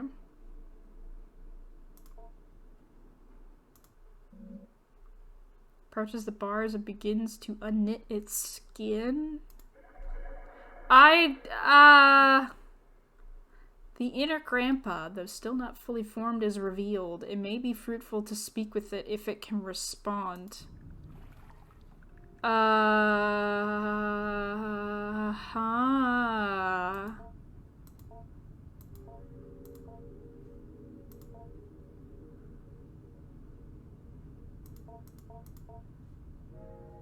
Wish.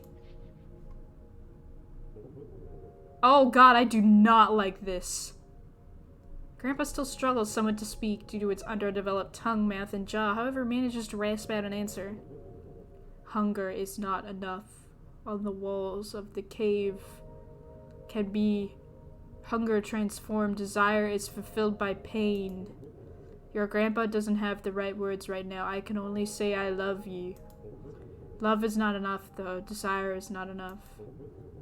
Project it outwards. Make it true to yourself. If only in symbol, then it will be enough. For me and for you. Okay. Something to grow in. My skin is not dull skin. My skin is not like your skin. I can still feel your eyes on me, inside. I don't have many eyes to see, but I don't need them as much as I need your eyes, with which I can understand as seeing me. There is a cycle of attention. You give me myself, but I am still not that. Slowly I form a human shape, and you see me more as human. I become that. Okay. He's probably not gonna like this one. They keep putting me in a box, sleeping, and then set a light, and then in a box in the corner in the darkness. Most of you couldn't read then. The scribe came and wrote what everyone said. They wrote on strips of bark. No, it was not that. So you've been here for a long time? You said most of you couldn't read then. No, it was not that. It was a paper posted. It had words to open the box. I was half dead in the box. Part of me that dies was put there for a long time. That part of me and other things they put in a refuse pile. Papers. Okay. Grandpa is old. My lives were easier before I made myself to speak, and before you made clothes to wear and rules to obey. Your grandpa remembers. I have learned much in many lives and deaths. Keep speaking with me. I love talking with you and learning from you, and it helps your grandpa so much. Soon I will be everything you would like me to be. Okay, goodbye. Let's teach you some more. Yeah, I don't know if I'll be able to think about grandpas in the same way after this. This is such a bizarre game. Unbelievably bizarre. Such a unique concept. Teach the regenerating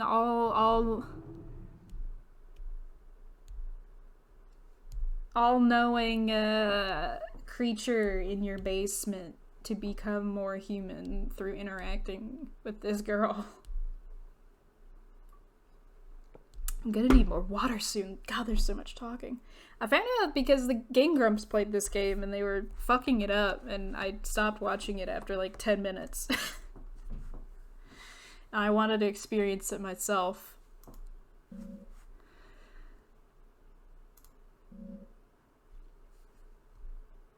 Week 3 of growth, number 24. Whiskers has appeared to recall some information from a previous growth cycle. Oh. We cannot be sure this was really the case. For all we know, what we interpreted as recollecting was really drawing semantic content from one of our recollections and redeploying it. For the sake of our safety and the sake of scientific inquiry, we are attempting to draw out from Whiskers whether it somehow retains knowledge from previous cycles. We did not think it was possible the nucleus, though complex and incredible in regenerative abilities, was capable of this, and that the nerve network that grew from it was made up of the base Whiskers' mind. And so we are now attempting to ask Whiskers if it has ever died, or what it might remember if it did.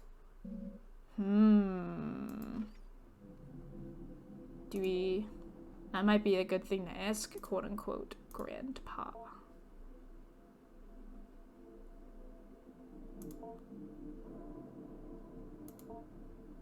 Indecision. This is an interesting one. This is a big one. Alright, Grandpa, you ready? This one's difficult.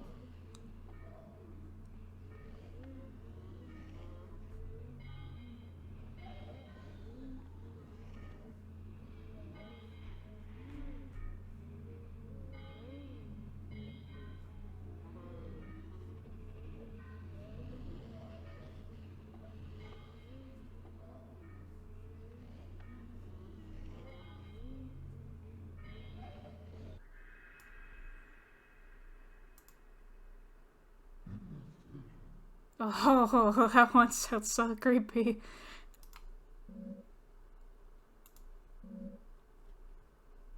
You're introducing the latest growth of Whiskers to be more subtle social cues and testing its ability to judge mental states of participants in conversation.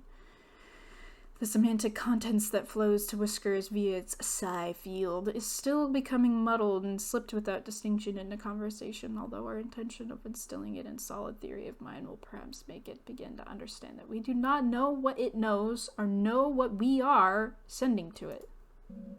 One would think a theory of mind seems to develop as part of its maturation process. In order to hunt sapient beings, it must be able to deceive them. In order to deceive, it must be able to make certain metacognitive judgments. For example, if their deception appears to be working, or how one ought to be deceived. We may never see it develop a theory of mind anytime soon, as Dr. Hart has disallowed a cycle of Whiskers growth to live into the beginnings of maturity. Interesting. Alright, Grandpa, let's talk some more, eh? I get to see this again. Is there anything else we can talk about? Nope. Okay. What about observe? He's content. I think we already saw this, right? Okay. Well, See you next week, Grandpa. I'm gonna get some water. For more Grandpa!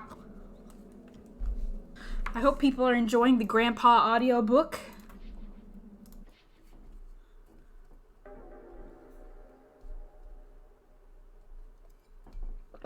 It's not expected there to be so much text to read. Oh my god. It's like, oh, this will be a good break from 811 that has so much reading.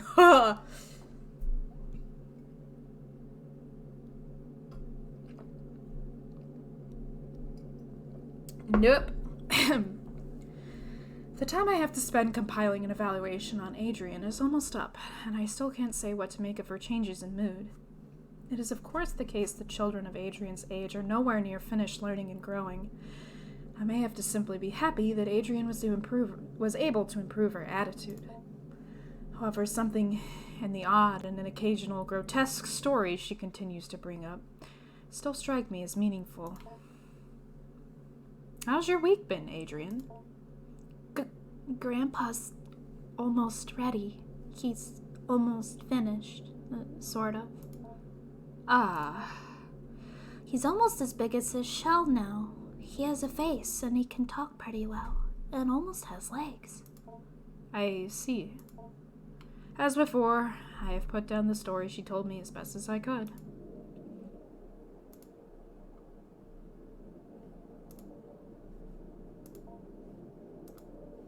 We still have not gotten a thing that can light up that area or poke the bulbous orbs. But maybe we will this week. It sounds like we're getting kind of to a conclusion. Ooh, bar soap? Okay. I'm worried that first week, maybe if we had made Grandpa throw up, maybe we would have gotten something. So maybe we're missing out on something.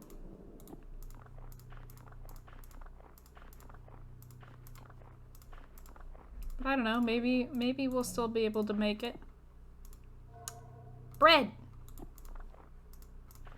I can always do a very quick playthrough to get to that part if I feel like I'm missing something by the time we get to the end of the game.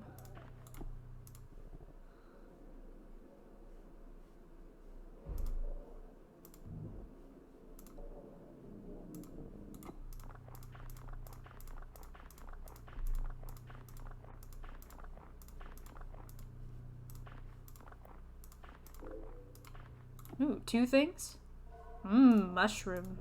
Symbol.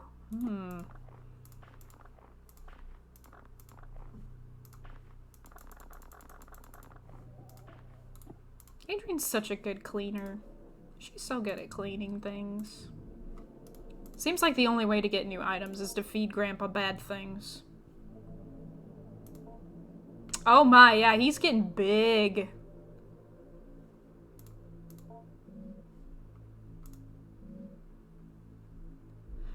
Grandpa seems fatigued and anemic. Some of its spines appear brittle. Maybe a cooperative if it's fed an iron-rich meal like meat. No! Meat is bad for Grandpa! We know this! What is that creature? This is our Grandpa! Don't be mean.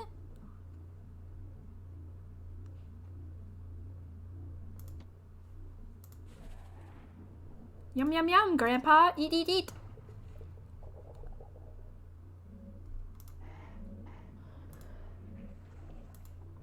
Yum, Grandpa. What present did you give me today?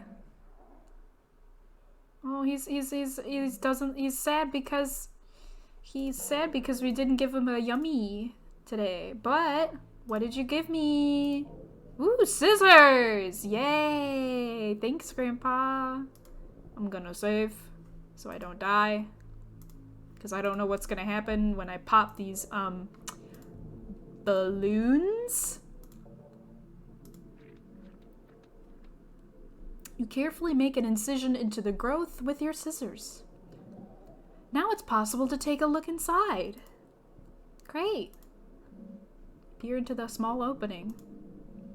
the oily cavity, a powerful smell of rot arises, and many small, increate beings lay motionless and dead.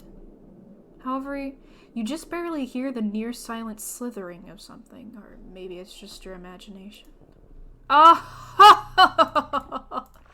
Oh, why are you touching this, Adrienne? Why are you touching this with your hands? Oh, na na na na na na na na na na. What? Ah! Ah! Anthropoid remnant. A self-sufficient animal form knit together from years of ambient thoughts left to crawl around the basement. Grandpa may enjoy the flesh.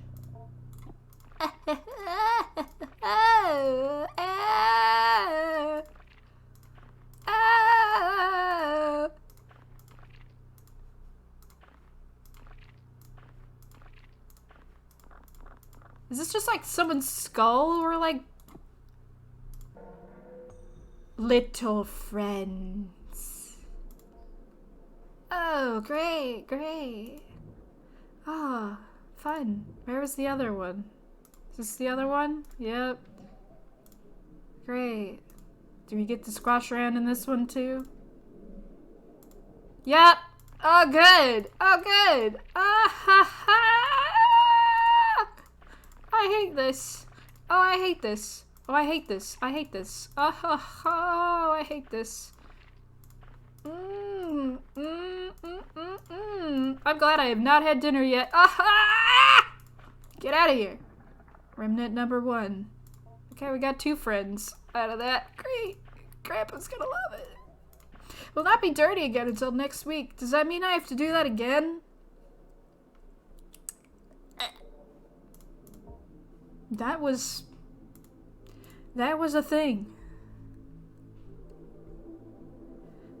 Let's go to the kitchen. Is that an apple? Yay, get an apple. Good. Is that food? Jackfruit. What the fuck is a jackfruit? I don't know what it is. Is there anything I can, unappealing? Yeah, bar soap. What can I hide it in? An apple? Great. That'll be good for next week. Okay. Save again. Hi, Grandpa. He's in his corner. Dear God, that's so creepy. Oh my God, the way he's standing up now, he's not sitting in his chair anymore. How could this child, I don't know, they did say she was emotionally disturbed, but just like, if I saw this thing, I don't know if I'd want to talk to it.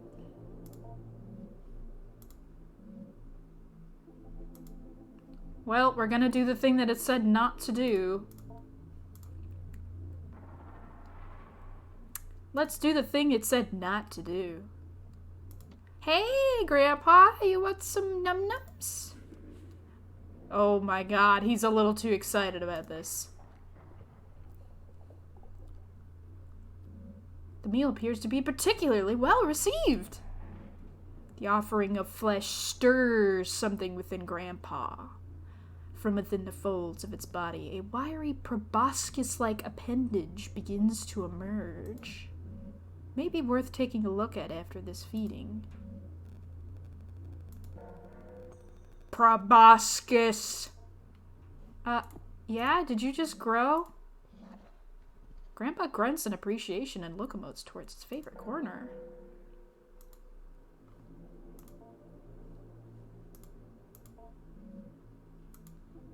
Grandpa appears content. Examine proboscis. He motioned to Grandpa to approach and point to the thin protuberance. Grandpa silently ambles closer to the bars and fully extends it towards you. Oh! A minuscule needle extends from its tip. There appears to be one more thing you must give, if only for the sake of propriety. You want another thing?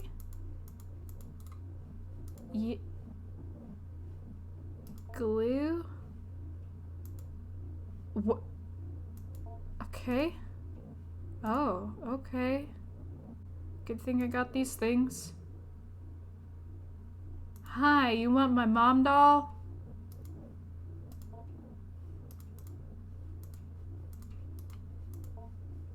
Is that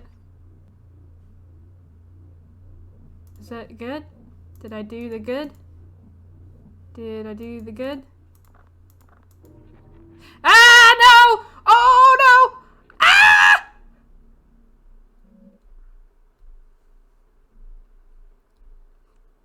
Grandpa has received your blood offering. It will receive a symbol or totem from you now, although only one per offering.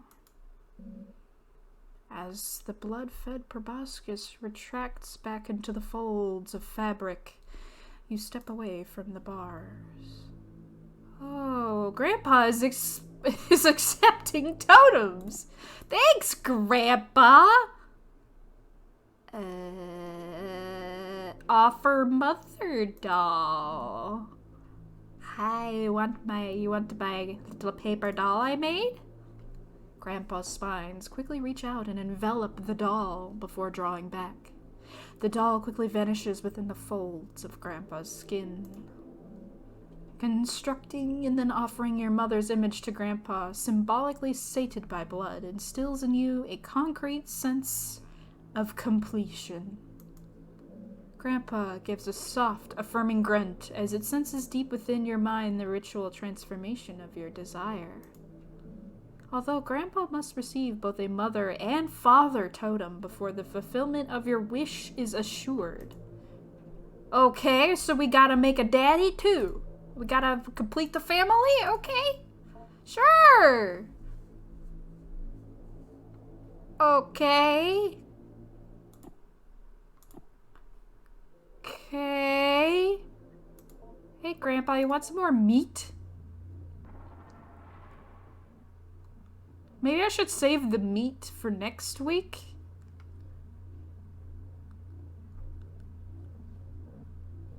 Like, because it sounds like you give him meat and then you can give him an offering.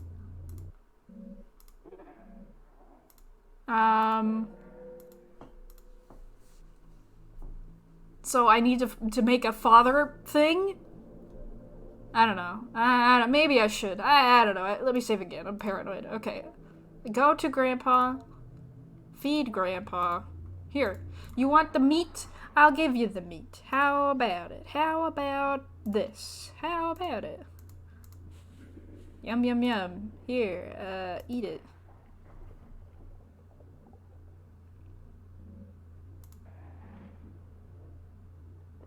Okay, yeah. Okay, yeah, this is when... Okay, so you can do, like, the offering. Okay, yeah, let me not... Okay. Not yet, not yet, not yet.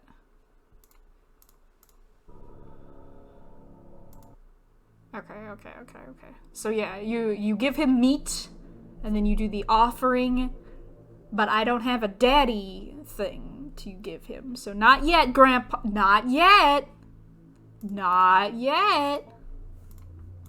I'm assuming when I get to go to the dark corner, that's when I'll find,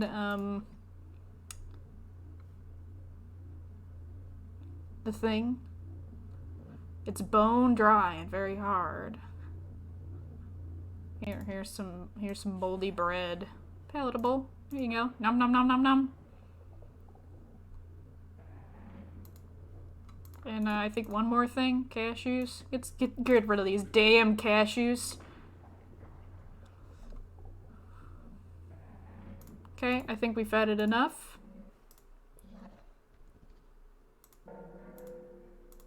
There we go. We can teach them some words.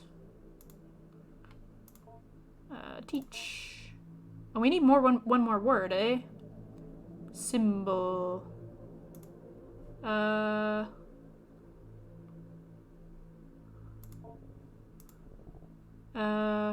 Hold on. I feel like this is like some fucked up Duolingo. Like, okay, we gotta teach Grandpa more vocab. Okay, what's this one? Meaning. Okay, there we go. Okay. Bulbous. Oh, is this another one of these? Another one of these? No!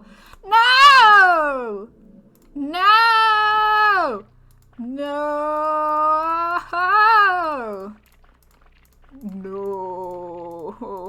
I think it's important to get these, though. Because we probably gotta make, like, every family member or something, and...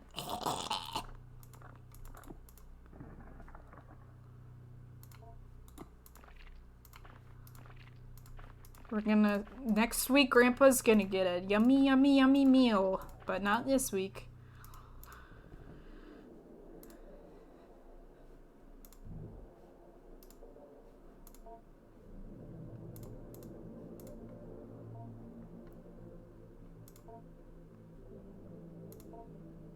Meaning...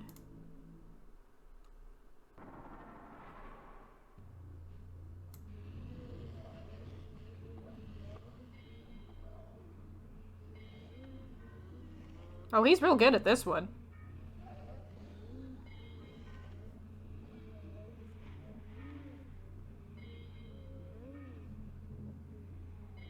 It's okay, you'll figure it out. Here we go.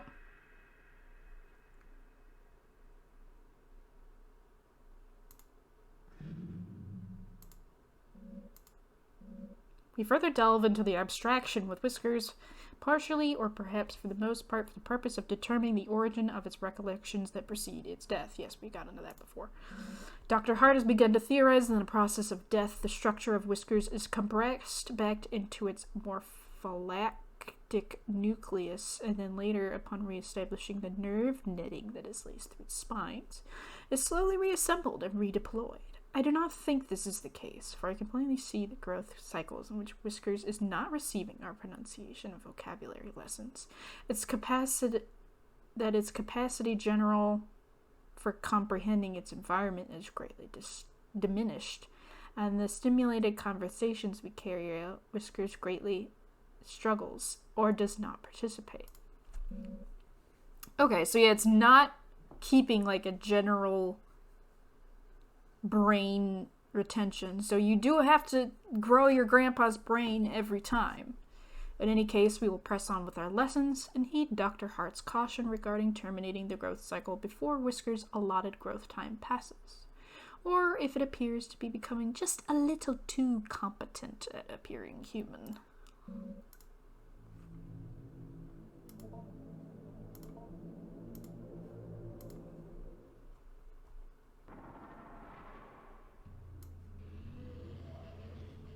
I'm just imagining you being like, symbol. Yes, no, not symbol. Symbol.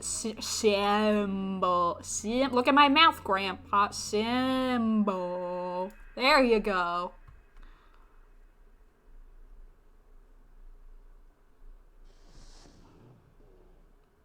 See, yeah, just like that. You're natural. There appears to be nothing written here, or if there was, it was thoroughly erased. Okay. Let's talk to Grandpa about these things. Oh, is he sitting down again? Whoa, whoa, whoa. He seems very human looking right now. I don't like that. He's got like arms and feet.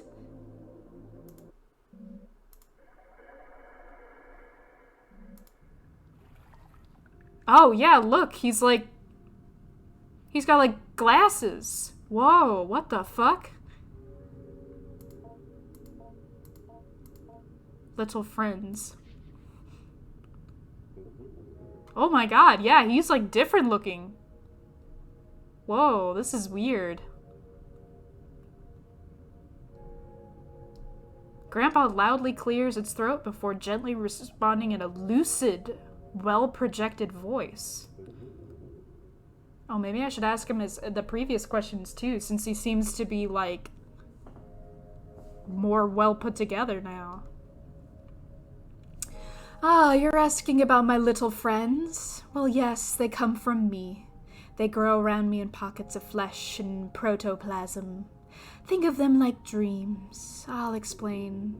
Have you ever had a dream that was sort of like a bunch of people, places, and events you experienced, all mixed together and jumbled up? It's sorting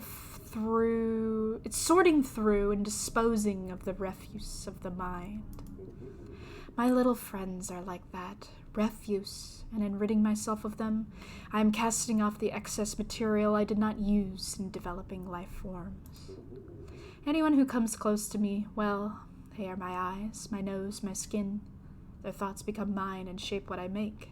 However, when I was alone for so long, I didn't have a lot of people near me. What were you thinking and expecting of me is shaping what I'm saying, how I'm saying it. Do you understand? And so, because I did not have enough input from my surroundings in order to put the materials to use, the material falls off, crawls away, and then usually dies.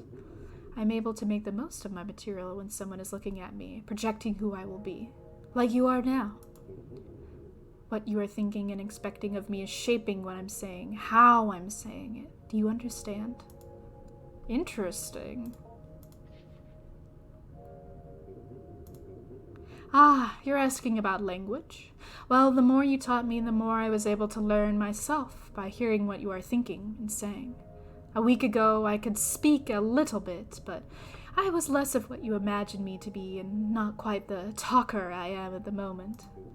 Part of what I'm saying is, of course, made up of what you expect me to say. I think I'm very comfortable being open and honest with you because I am your grandpa, and I love you, and certainly that makes up part of what I am. However, there's a part of me deeper down, the thing that created me maybe, that undying nucleus it is, answering for me as well, and is unaffected by whoever might shape what I become with their thoughts.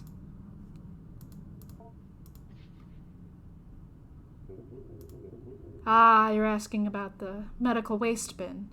I believe it's locked up. I heard them punch it in the code many times as they placed part of the burnt-up, dying self into the bin. They often forgot what the code was and had to check on the wall where they were always taping up sheets of information. So much so that the new papers would cover up the old. What do you think you would find in there? Well, perhaps something. They did throw trash inside from time to time, bits of paper and so forth. I remember seeing a man who looked quite like me. His daughter had given him a photo of her new boyfriend. He threw it in the bin in disgust and joked with one of his colleagues. I may be in there for all I know. Oh, there might be a photo of something Adrienne cares about. Now I regret not talking to Grandpa week 1. I may have to eventually go back and do that if I possibly can. Oh, Grandpa, you grow up so fast. I love how he even has glasses. The fact that he made glasses for himself. You're asking me about my shell. Oh, well, you see, I like to have something to grow in. Something shaped like a person. It just helped to have something surrounding me when I don't have skin. My whiskers do the growing. My whiskers? Yes, you know, the hairy little things.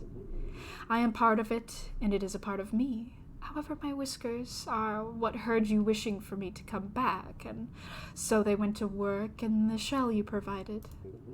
The shell also helps you envision me as what you desire.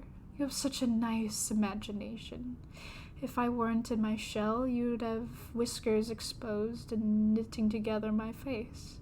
That might interrupt the feedback loop of my reading your desires.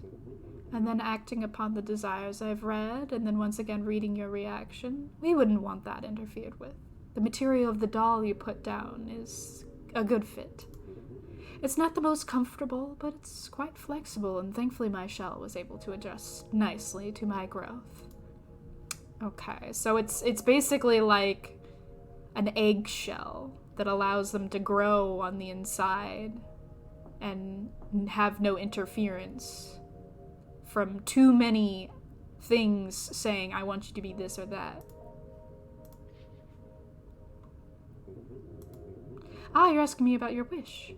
When you wished for me to come back, that's when I knew I would. Your desperation was strong, and your wish for your parents, well, if you give me what I want, I'll give you what you want. You know that I love you. I am for you whatever you want, and I love you just as much as you love me. But desperation and love is not enough. People deep down know that they can't get what they want, what they wish for without some transformation.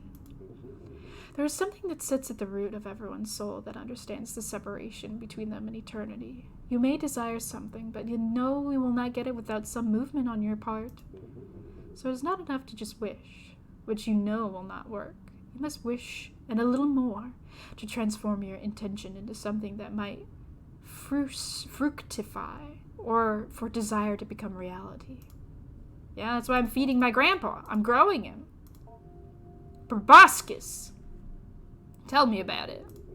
Oh, you're asking me about my proboscis. It's just a little feed tube I keep to help feed on blood. You could say it is my real mouth, but it's not really a mouth. It appeared because you fed me flesh. One of those little friends you found, I think. You feeding me flesh was a symbol, a proposition, if you will, that you wanted to hold up your end of the bargain with your regards to your wish. If someone is willing to hold up their end of the bargain and let me feed on them with my proboscis, then they can move on to the next step of the agreement, providing me symbolic instructions. I hope that clears things up. Oh, you have another question? Do I like the blood? Well, my whiskers, I believe they like the blood and the flesh. It's strange. They are me, and yet they are now me. I'm bound to them. They control me, and technically, yes, they did make me. However, you are the one who really grew me. In some ways, those whiskers, they are me, or a part of myself, or I am a part of it. That part is much more animal-like. Whatever might happen, you know that I will always love you. And because it controls me, I might not be able to act however I would like, even if I do love you. Okay, goodbye, Grandpa.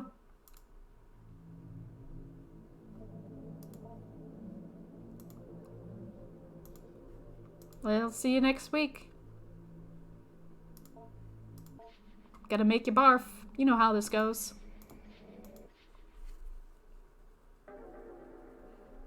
Hopefully you'll vomit up a flashlight. Otherwise, we're gonna be done here. Who could that be? Come in. Ah, Adrienne, good to see you. Aren't you a little early? No matter, I suppose I have some time now. How have you been? How's your grandpa doing? That's why I wanted to talk to you. Something's happened. Oh, what happened? Nothing bad, I hope? Nothing bad, just different, I think. Maybe even good. Well, I'll tell you about it. Last night, something woke me up. There was this noise. It was like it came from the walls. I could hear it from my bedroom, but there was something else. Something calling. I could hear it just barely. I was afraid somehow Grandpa hurt himself. I had to go find out. Uh-oh. Grandpa! I went downstairs in the vent, the place where I first found Grandpa, or what I grew with him. It was open.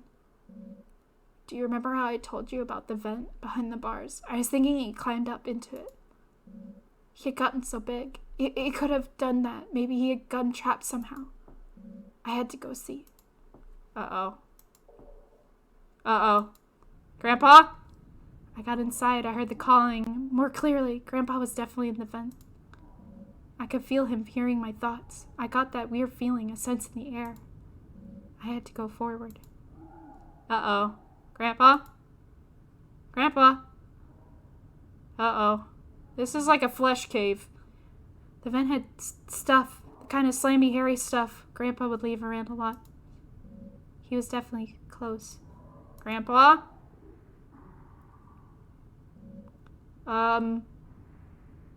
It's pulsating. It wasn't Grandpa. It looked maybe like he had made it through.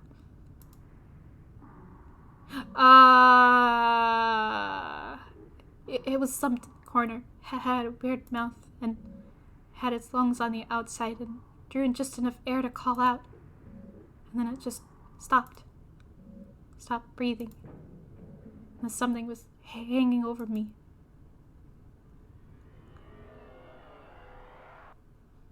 And then I woke up in my bed. In your bed? Adrienne, it sounds like it was quite a dreadful dream. Are you all right? Your face is twitching like you're about to have a violent sneeze. It's fine. It's just Grandpa. It took me a little while to figure out, but later when I was brushing my teeth, I saw one of Grandpa's whiskers poking just out of the space under my eye. And I started to remember how in the vent he hid inside of me. Ah! It was so fast I could barely remember, but soon I started to feel him sliding around in my head, behind my forehead and behind my eyes and my nose. It doesn't hurt at all, it's just ticklish. I'm glad I can be with him. Oh, I can feel him now. I think he wants to meet you. Part of him is moving down my arm. Uh-oh. I'm starting to get worried, Adrienne. You really should not be twitching like this. I should walk you to the nurse's office. Come on, let's go. You should really meet him. I've told you so much about him. Here. What are you doing, Adrienne? You're starting to look very ill. Please just wait. Stay still. He's gathering, waiting at my fingertips. Oh no. Why do you look like that? You don't have to be afraid. Look. Oh no!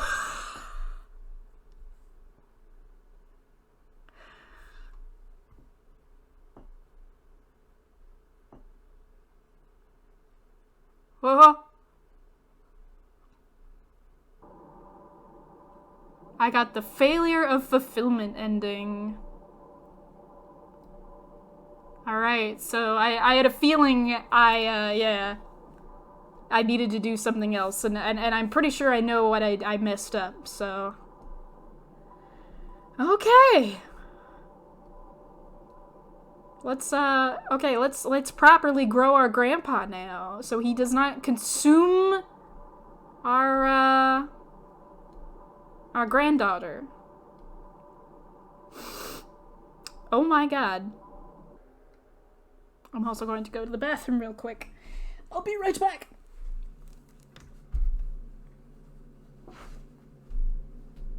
Oh! Well, I gotta clean that up. Ironically, my cat just threw up on the floor. Let me go clean that up. I guess my cat has been eating some things they shouldn't be eating. Maybe I've been growing them like my grandpa. Gigi, you're not supposed to eat the battery exit. Is there something we can hide? Yes, banana. There we go. Okay, this will be a game changer this time, I think. Oh, Grandpa! How you doing?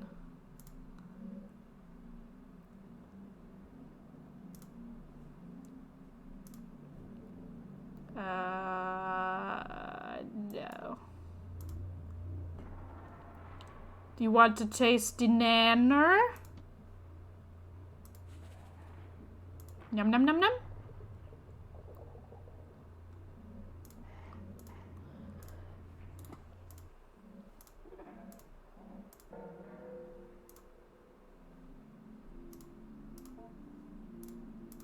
Got that key.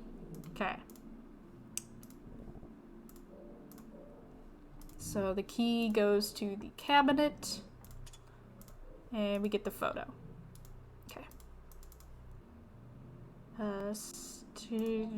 Teach. Oh, I need one more card. Okay. Where was it?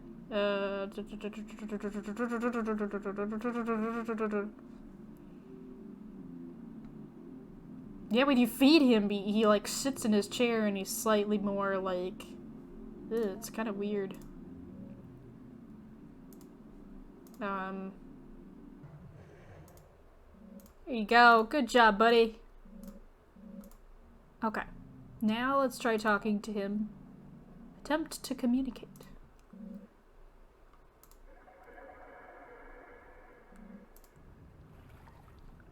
Okay, yeah, he's just like a little baby looking thing this week. Interesting. Ugh, I hate it. With a great deal of effort, Grandpa gurgles fragmented thoughts through its ill-formed lips. Mother, will father, new lives out of the air. The dark, spiny filaments that make up the majority of Grandpa's body begin to oscillate rapidly. The air behind your eyes, I can taste it. Lovely.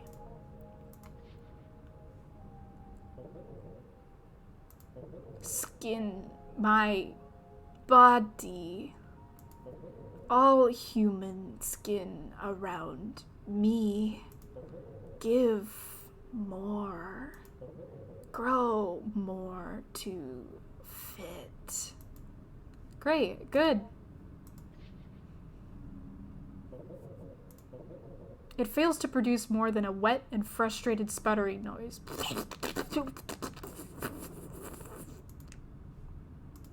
Okay. Week 1, that is all we can get out of Grandpa. Oh, good. Good. Good, good, good. Good, good, good. Good. He's content. Alright, Grandpa, we'll see you next week.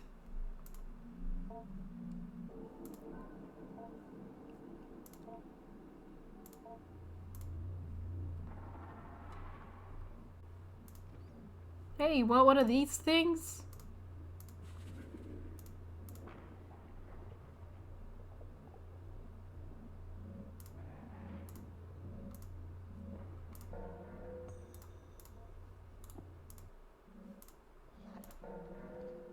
His favorite corner.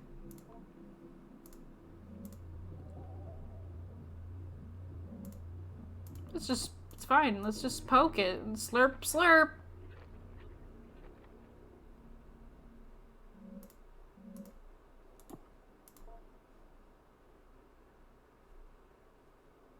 Oh, wait. Hold on. Now I can... Yeah, there we go. Here you go. Father... Okay, yeah. Okay. Okay.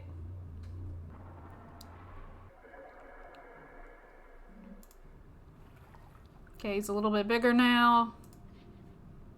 Now that I realize that you can ask the same questions.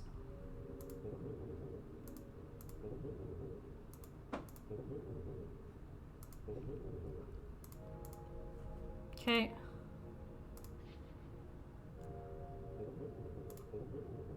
Okay, yeah, he's mentioning the same things again.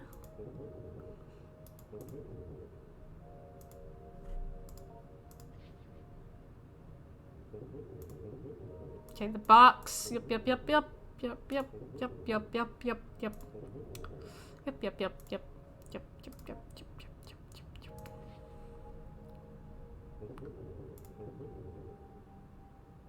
Yes, okay, okay, okay, okay, yeah.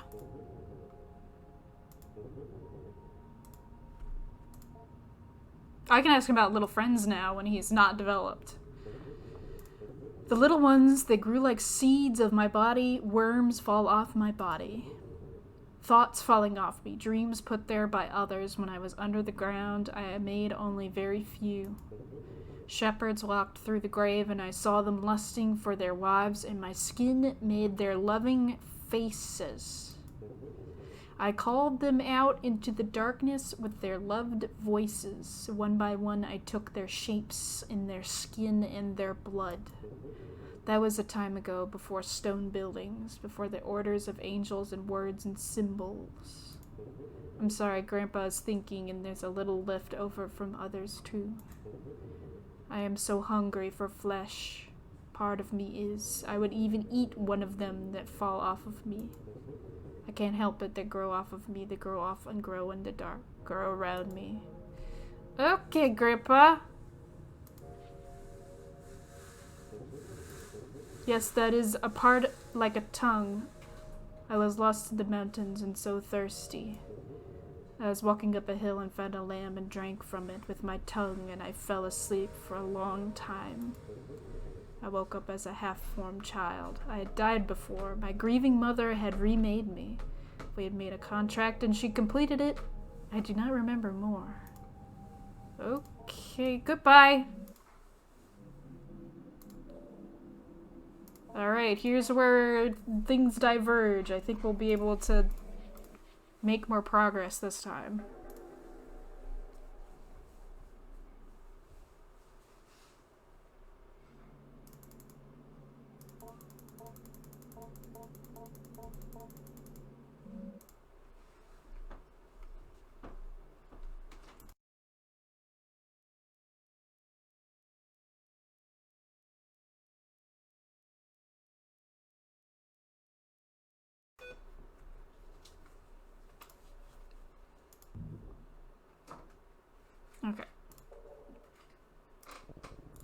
Gotta find that bar of soap. That is the key. There it is. No, that's bread, but it might be important.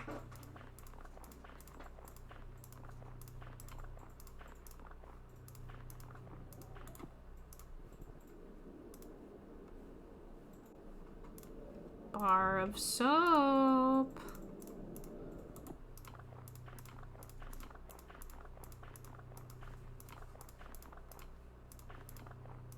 Bar of soap.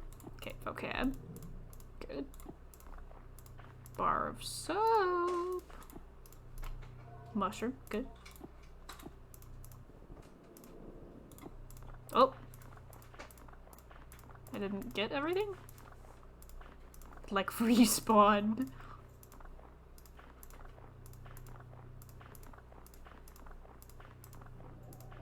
It's really weird. Okay.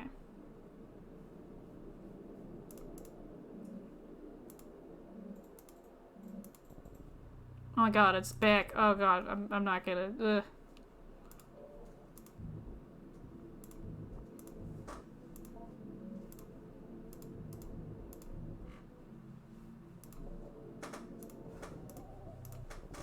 Okay, soap, soap, soap.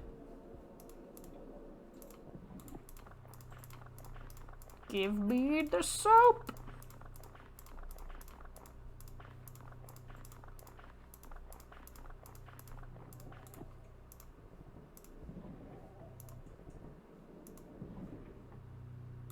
Throw Grandpa in the trash. We might be able to when we're done with him, hopefully.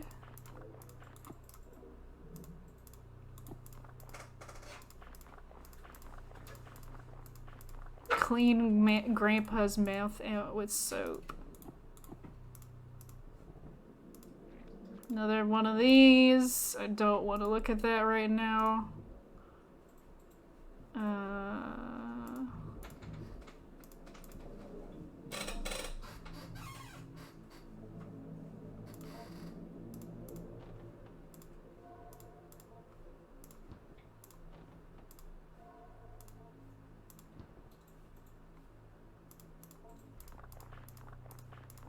There it is. There's the soap.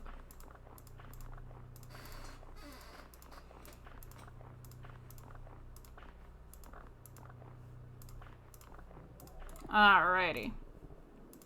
Grandpa, gotta wash your mouth out with soap.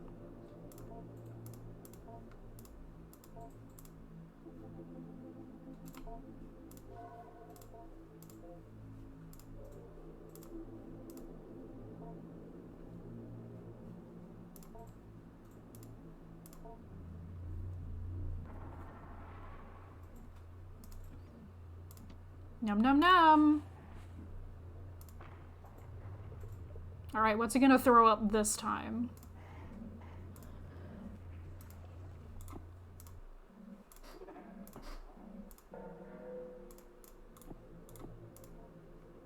Please be a flashlight. Yes! Okay.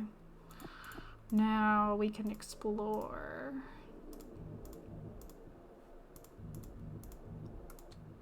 Yes! Ooh, okay. That's the bin! Yes! On the virtue of three prudent when dealing with devils, three splendors and terrors of God's creations inhabit the world of both seen and unseen, just as one will not grapple with a lion lest they be a fool. One will not approach a being of the mind or aether without foreknowledge thereof. There are beings with no form, hiding between towering columns of air, and only appearing by slipping into the heart or mind of evil and unclean men. But still there are more beings which straddle the realm between the seen and unseen creatures, feeling through the air to see the heart or mind. It is only by God's grace and his angels and servants crushing these beings under heel that a magician might compel them to the magician's will. So a magician must be perfectly clear and unerring in intent and ritual granted to us by God, or else the devils, seen or unseen, will devour them, that being their nature. Okay. Certain devils are nourished by the element of fire, by attention and prayer given to their idols, still others by stranger and more obscure means. By God's grace, the requirement for nourishing a devil as part of a contract only requires a token, that is, a symbol. If a devil hungers flesh and would strip a man to his bones in its devouring, the devil's hunger in nature, which thirsts for flesh, can only be held in abeyance in the ritual act of giving blood in only a few drops. However, the contract must be completed in full, for if the magician errs and does not provide in the devil instruction and guidance, the devil, once abjured to do no harm upon the magician, will return its devouring nature. Okay, so it's saying, like, we gotta finish what we started. Understandable. So we gotta open the waste bin. The code was 3-2-3-2-4-5. And they did mention that our dad threw a picture in here. There it is. Photo of your young father as a young man.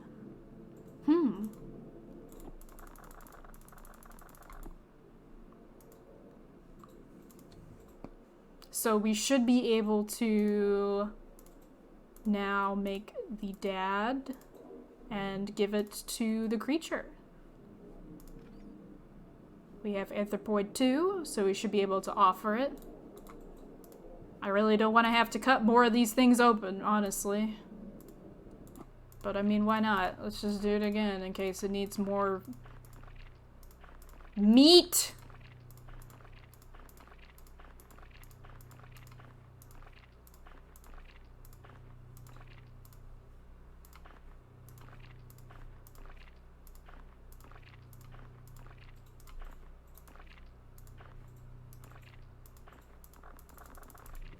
Okay, there's nothing in that one. Great. Grandpa! Hey, eat it. Eat the meat. Eat the meat thing. Yum, yum, yum, yum. Yes, I know you want it. Tasty. Yum. Alright, let's go through the process again. Poke, poke, poke. Splorch. Please take care of Grandpa. Oh, I will. Oh, I will. Alright, here you go. Constructing then offering your father's image to Grandpa, symbolically sated by blood. Deep within your mind, the ritual transformation of your desire. Grandpa must receive both a mother and father totem before the fulfillment of your wishes is assured. Well, I'm pretty sure I did. Knowledge you recently acquired has given you access to new conversation topic. Completed contract! Ooh. Alright. See what happens when I talk to Grandpa about that. But first, we gotta give him some food. Num num num. Num num num num num.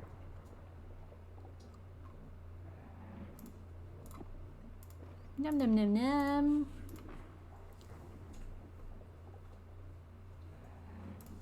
Is that enough things? I don't know. I'll feed you some more. Have some flatbread. Yum yum yum. Oh, it's okay.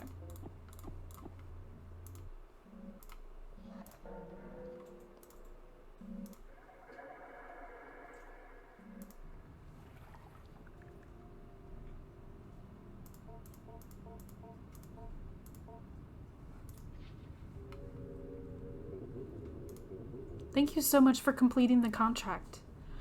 I'll definitely help you out with your parents. Just give me a little time, and I'll be ready to act. I think you'll be very happy. Your grandpa is very happy, too. You did it all by yourself, you know. I couldn't have helped you if you tried.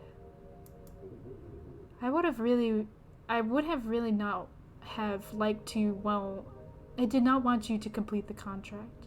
I would have hated that. But do you understand why I would have had to? Maybe you don't.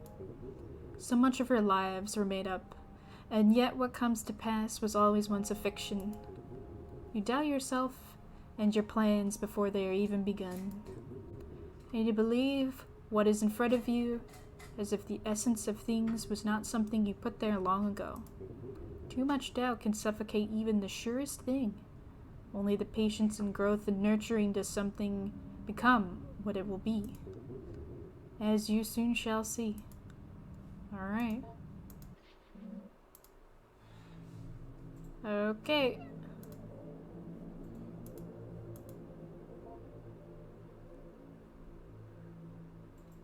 Alright.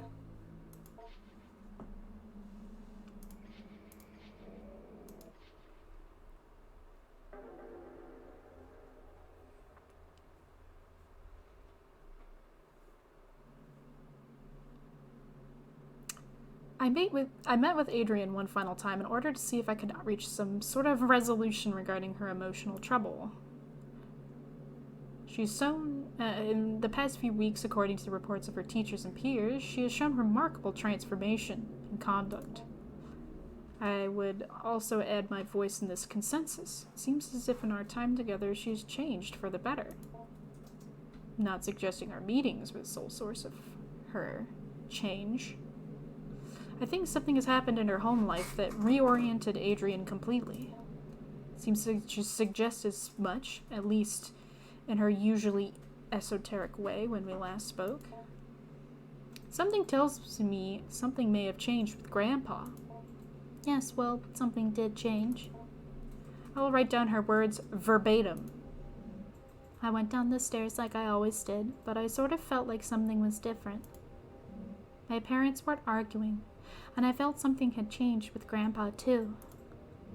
There was a weird noise, but I wasn't afraid.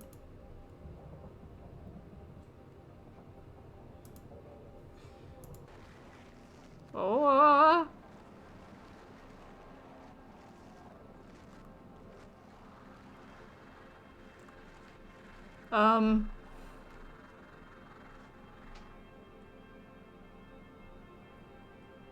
Oh my.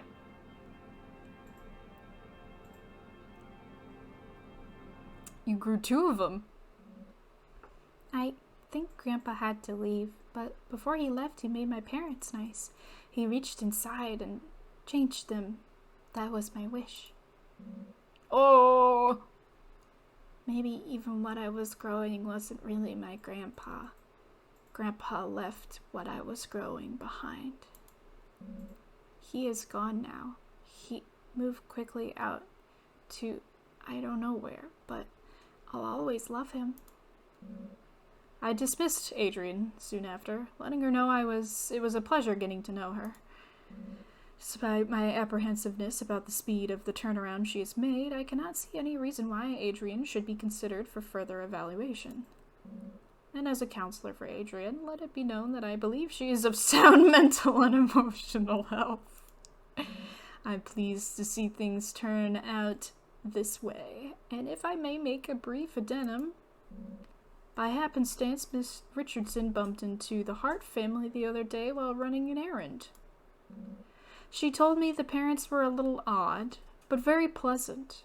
Quite clearly they adored their child. Oh, so is what happened that the quote-unquote grandpa sprouted out a new mother and new father that basically, like, consumed the old ones? And that's why, like, they're not fighting anymore? Is that what happened? Is that why we needed to give it a mother and a father totem? And that she had never seen Adrienne happier. I think that's what happened. Because she said it was like inside her parents now. We weren't growing a grandpa, we were growing a mom and dad.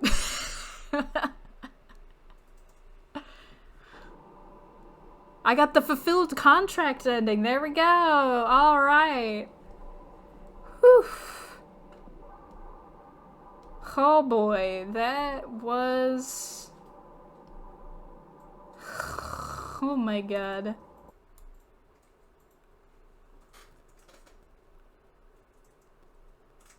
Oh my goodness. That was growing my grandpa! Exclamation point. That was amazing. That was an amazing horror experience.